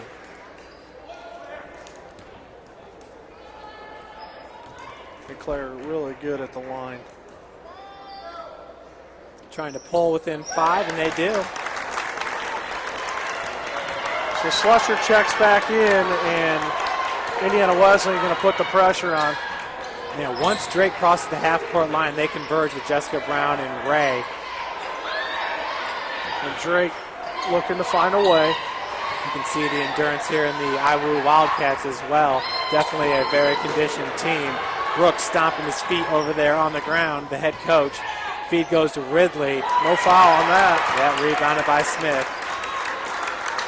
Another change of possession, so Indiana Wesleyan winning the defensive battle right now. Has actually got a few 3 or 4 stops in a row and cut the lead to 5. So every possession, like we say, for Wesleyan is extremely important. Ray from the elbow, wild shot. She traveled. There's no question she traveled, and that's why she forced that shot. Jump ball, maybe over the back, but fouls right now, 6 for St. Francis, 5 for Indiana Wesleyan. I don't think, the ball hit the rim, so it should have reset. So Wesleyan going to get a fresh shot clock here. Blackman finds Ray. Ray looked at that shot for a second in the corner. They're trying to get the ball inside. Nobody there. Slusher guarding Smith. Smith comes out for the pick set on Janelle. Sherman with the defense on Brown. Brown squirts free for just a second. Air ball. Smith saves it to Sohasky. No good. And rebounded, ended up handed in the hands of Skylar Shern as Blackman tipped it out of her own hands and got it back to St. Francis. 5-point lead, 3:35 to go in this game. 50-45 Cougars. Cougars having a hard time with this defense here in the second part of the second half here. About the last 7 minutes. Janelle over to Drake. Drake only with 2 points in this game, uncharacteristic for her. There we go. There's going to be a foul called, I believe, on 23, Val Shahosky. We have to, I think, at this point, and we haven't made a change, but Coach Andrews is going to, you would think he'd call a timeout here and kind of get something, some kind of offense running here against this pressured zone. But no timeout called. Going to continue to run the offense that's worked for him all game. Slusher gets it up to Drake. Now Slusher working out of the corner, drives, pulls up, and hits the jumper. Big bucket there. 52-45, winding down to 3 minutes to go in the game. Cougars up. That is Megan's 8th point of the game. Katrina Blackman with the ball being guarded by Drake. Down low to Smith. Smith gets it off the glass. Nice move by Paige Smith. That's a good move by Smith. That's a tough matchup down there. That's a tough bucket. It's not easy when Ridley's been playing tough defense. So here comes Indiana Wesleyan with the full court press, and now we're going to get them to suck out. Sure, going to the hole. Good. Hey, Ryan, that's what we want. Suck them out. Yeah. Pass half court. Then we got 3-on-4. Yep. Good job of Drake baiting the 2 defenders there, finally getting them over half court. Until that point right there, Indiana Wesleyan was waiting for Drake to cross over. When does the perimeter game for Indiana Wesleyan step in? Getting a 2-minute mark. Well, I feel like they've been keeping it close. Within 5 turnover. Right now, 7-point ad. 3 seconds. Smith going hard. Big block by Ridley. Rebound by Blackman in the putback, and we got a full timeout called by Brooks. It's getting emotional, no question, on the Indiana Wesleyan sideline. Well, obviously no team wants to lose here, and Indiana Wesleyan 20 wins on the season, 0 losses, 8-0 in Crossroads League play. And this is the last game, Ryan, until we start the second half of conference play. Yeah, keeping an eye here on Indiana Wesleyan's sideline. You got assistant coaches trying to get some explanations out of the officials, and he's going to have to be careful. I know he's been warned, but you continue to do that, you're going to get a technical foul, and a tech at this point is huge for St. Francis. So it's 54-49 with 1:56 to play, and Cougars got the ball. So Wesleyan calls that timeout to try to get a turnover. You got to expect the press right now out of Indiana Wesleyan. And Ryan, it's like you said, the real-time stats are just a little bit off, so we do apologize about that. But stay tuned after the game. Ryan and I will give you some updated stats from Bill Scott. We'll see if maybe we have those for you. Also, some post-game interviews. Coach Gary Andrews. I don't know, Ryan. 1:56 left to play here. 5-point advantage for your Cougars. Claire Ray and Jessica Brown here. They've been jumping all over Kayla Drake. Looks like once again they're going to come across half court. This time Drake gets rid of it right away. Shern. Yeah, and they're looking for a pass, and Shern goes hard to the hole. Got it. Skylar's been doing that all game, weaving her way through the defense and finding the bucket. That's her 23rd point for Skylar Shern. Minute 30 left in the game. Cougars 56, Indiana Wesleyan 49. Number 1 versus number 9 in the country. A little bit of a push off there. Gonna have a kick. That's a good call.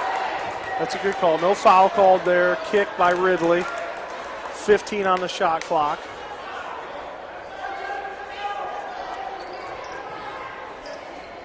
Ray looking over to Coach Brooks for the call.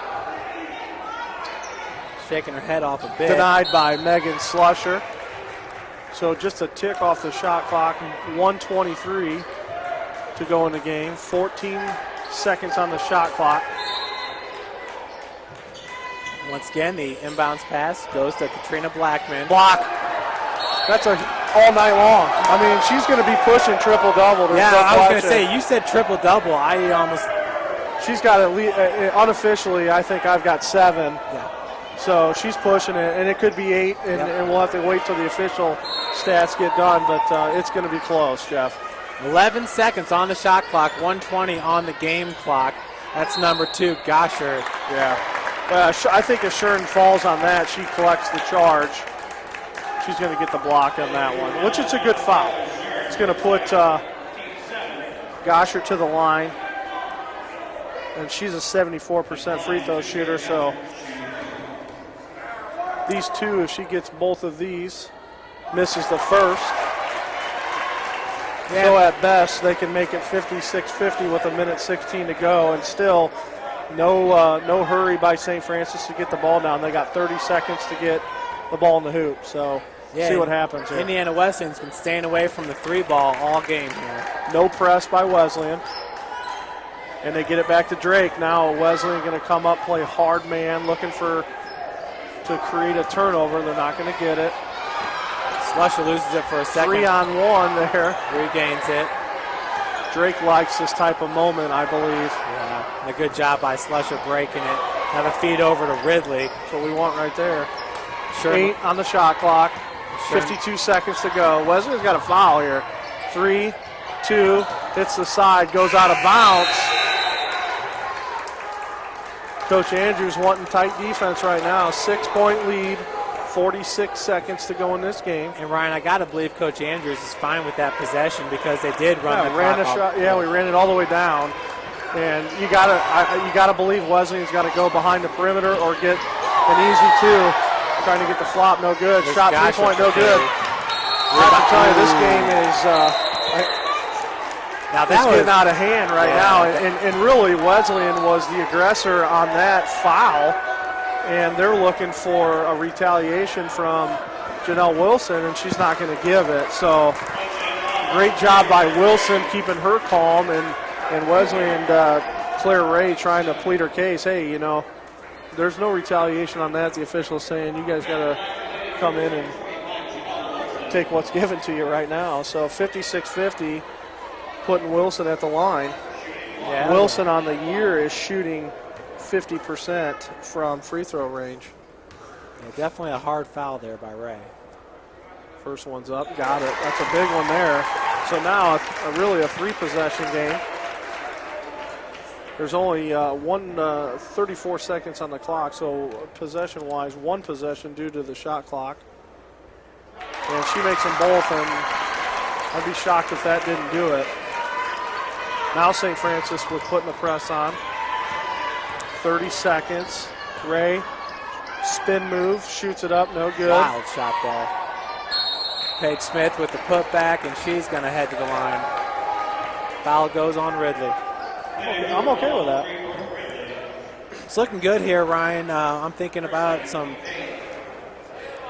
I just better not say it yet. Yeah. I think we'll talk to Coach Andrews right after the game. And Be nice to hear from Ridley and Shern or Janelle, yeah, Janelle with 11 today. even though we interviewed her last time. Did we? Second one is in. 6-point advantage right now. Coach Brooks is going to draw it up. Maybe we talked to Megan Slusher today. She's not. She's one of those kids that really just we talk about all the time. Maybe not putting up 25 a game, but we talked about her from the start to the end of this game of how effective she's been in shutting down Indiana Wesleyan, and also Brooke Ridley. Give credit where credit's due with 14 points. Has to have double digit in rebounds and really pushing doubles in block shots tonight. Yeah. I can't say that I've been really impressed with her performance. Obviously, I have, but it's something that we've come to expect with Brooke. Obviously, leading the conference in block shots, coming into this game. And Ryan said it too. She's not really a natural center, but plays that position for us, kind of like Amanda Pedro did last year, listed as a forward in the program, and that's probably a little bit more suited for her, would be that 3 or the 4. Probably the 4 because she is so good at blocking shots. I think we'll try to grab Kayla Drake and Slusher, both seniors, and ask them, about this game and stuff like that, especially when you're playing the number 1 team in the country and be able to pull one out. Hey, what does that do? You know what I mean? Drake did a fantastic job there interviewing the team yesterday. She's a communications Beautiful. major. 24.6, Wesleyan full press.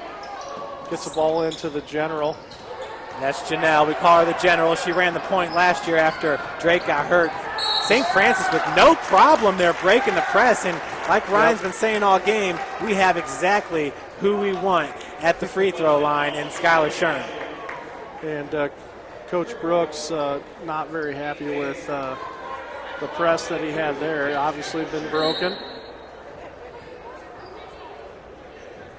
Not getting a quick foul. We got 18 seconds on the shot on the game clock.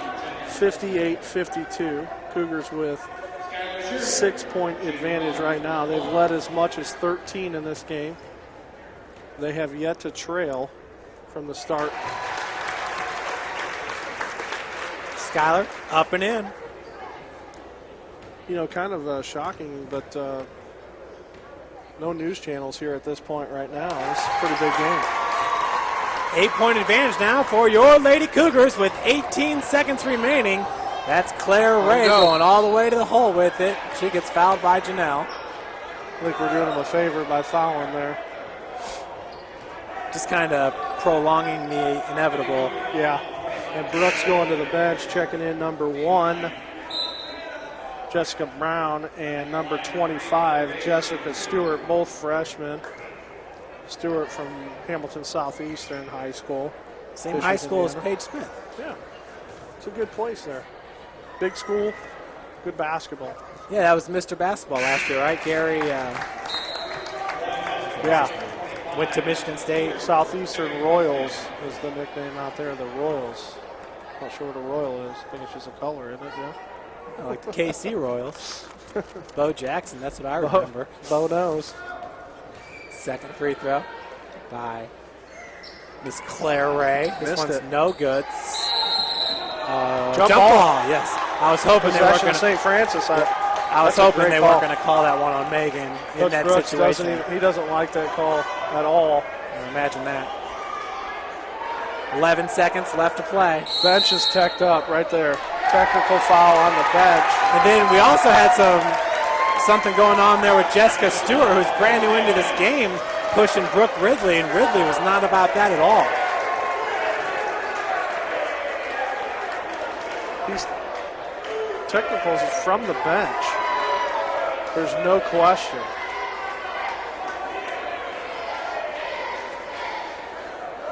Not going to help the champions of character points. Nope. St. Francis, number 3 in the nation, champions of character last year. Slusher at the free throw line. We talk about Skylar Shern. Well, Megan Slusher is the best we have. And Cougars just really pulling away with this one. About to make it a 9-point advantage here. We do hope. Up and in. Nice job by Megan Slusher. Can't say it enough. From Southern Wells High School, number 11. She met up there with Kayla Drake, the 2 seniors of this starting 5. Going the whole way with it, too. Got hats off to the women's basketball team. Very well-conditioned team. These players play a lot of minutes at a very high tempo, and here against the number 1 team in the country. Nice job by Gosher knocking that one and getting it back and getting the bucket. But now with only 7 seconds and you need 7 points, that would be pretty impressive.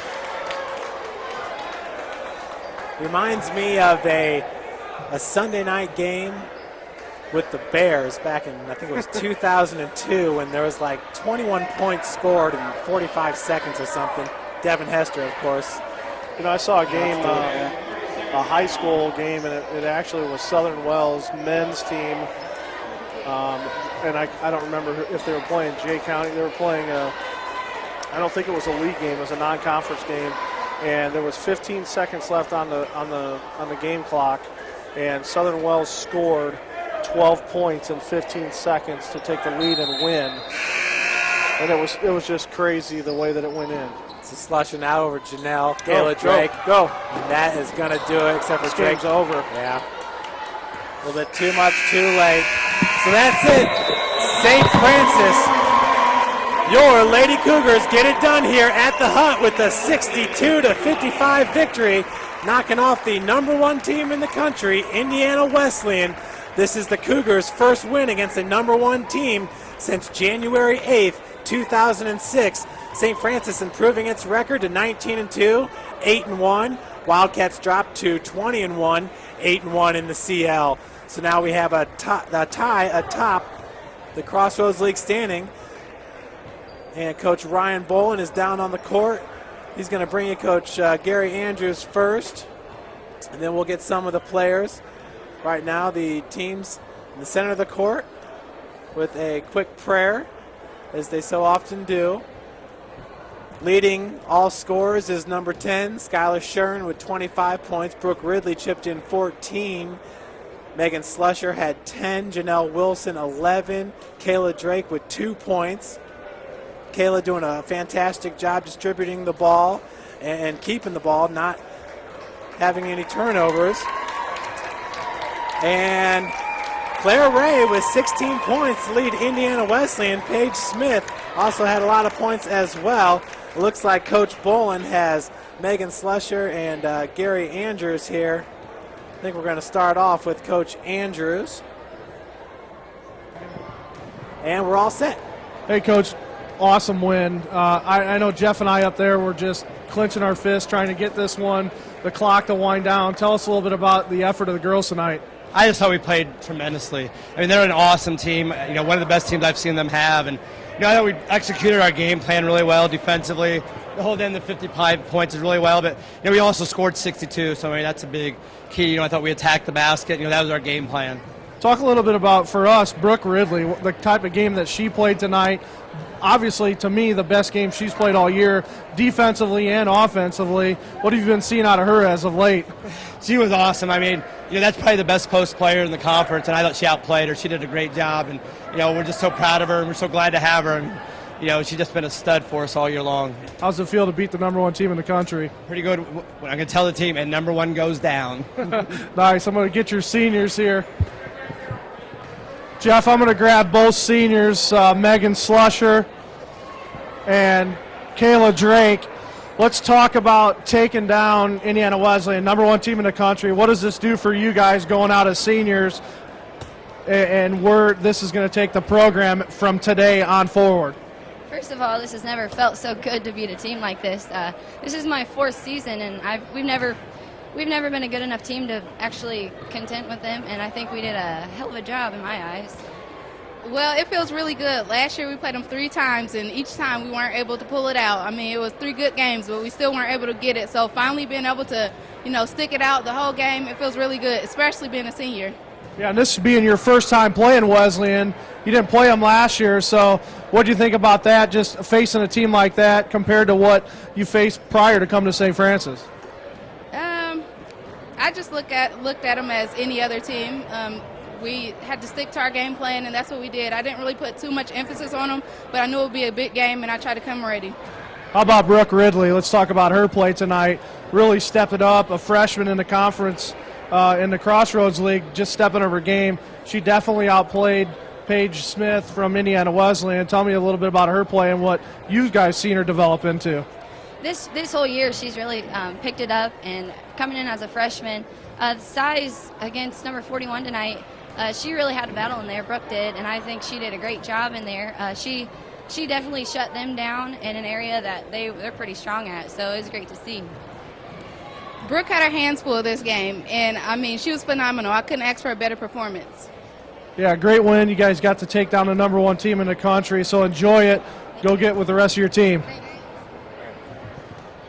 Well, that was it. That was Megan Slusher and Kayla Drake. And you heard Kayla say it, and I think it just speaks to the confidence of this team. When asked, well, how did it feel to play the number one team in the country? Kayla came to us from IPFW. She's a Division I basketball player. At IPFW, she set a record for most steals in a game. So Kayla Drake knows how to handle herself in high-pressure situations. I found it very interesting that afterwards, Kayla only had 2 points. It's very uncharacteristic of Miss Drake, but yet that didn't faze her one bit. She had the biggest smile on her face. Those two are extremely happy. Obviously, they should be for knocking off the number one team. And wow, just what a game, what a performance, and what a team, Ryan. This is a team that set a new USF record with a 14-0 start to start the season. Drake said it. She just looked at them as another team, and I think that speaks volumes to this Lady Cougar team and what they can do from here on out. Yeah, no question. I mean, we talk about Drake playing at a high level at IPFW, playing Division I basketball, and treating this game just like that. It speaks volumes of her type of play and how the respect of our league. And, what great efforts by both seniors tonight. Didn't really shine offensively like they normally do, but just played a huge pivotal role in the win tonight. So excited for that group of girls, and we keep talking about that team effort, and it really went strong tonight to upset the number one team in the country. So like we said from the beginning, this was definitely a number one versus number two matchup, and I think respectively for both teams, they're going to be there going into the national tournament at the end of the year. Yeah, I'd have to agree with you, Ryan. I think what we really saw today was, the emergence of Brooke Ridley. It really doesn't come to any surprise from you and I because we've seen Ridley play all year. But to be honest with you, a little bit of a shocker that she was really kind of the main attention on our side as a freshman with players like Kayla Drake and Skylar Shern, but she's the one that really stood out. And all I could think about was, well, she comes from Bishop Luers. Yep. She's won state championships. I mean, this girl knows how to get it done. You look at Claire Ray on the other side. She comes from Hamilton Southeastern. You talk about that, winning program. And there's just such a big correlation between these kids that, they come from schools where winning is just ingrained in them. And then now for her to bring it over here to St. Francis, I know she was just one piece to the larger puzzle, but she stepped up big tonight. And for a true freshman against a team like Coach Brooks has over Indiana Wesleyan, all you can say is wow. Yeah, no question. I mean, like you said, coming out of Bishop Luers High School where you're competing for a state title every year at women's basketball, this is just another game for a Brooke Ridley that's been on the stage, been on the big stage many times. So they don't look at it as this is playing the number one team in the country. They just look at it as, okay, we're playing another game. So just outstanding job by Brooke Ridley tonight and the rest of her teammates. They all contributed in their own way to get this big win tonight. Well, Ryan, we're going to have to get moving here because it looks like your little boy Reed is climbing up the bleachers here. He just saw Daddy, and he's pretty excited. But, wow, folks, what a great game. We appreciate everybody tuning in. Lady Cougars knocking off number 1, 62-55. Just a great performance all the way around by all the Cougars. And, hey, you'll get to see this team back in action when they take on number 24, Huntington, this Saturday here at the Hut. Make sure to tune in. On behalf of Ryan Boland, I'm Jeff Mahoney. Ben Noble was on the camera. Thanks for tuning in, and we'll talk to you on Saturday. Big matchup against Huntington.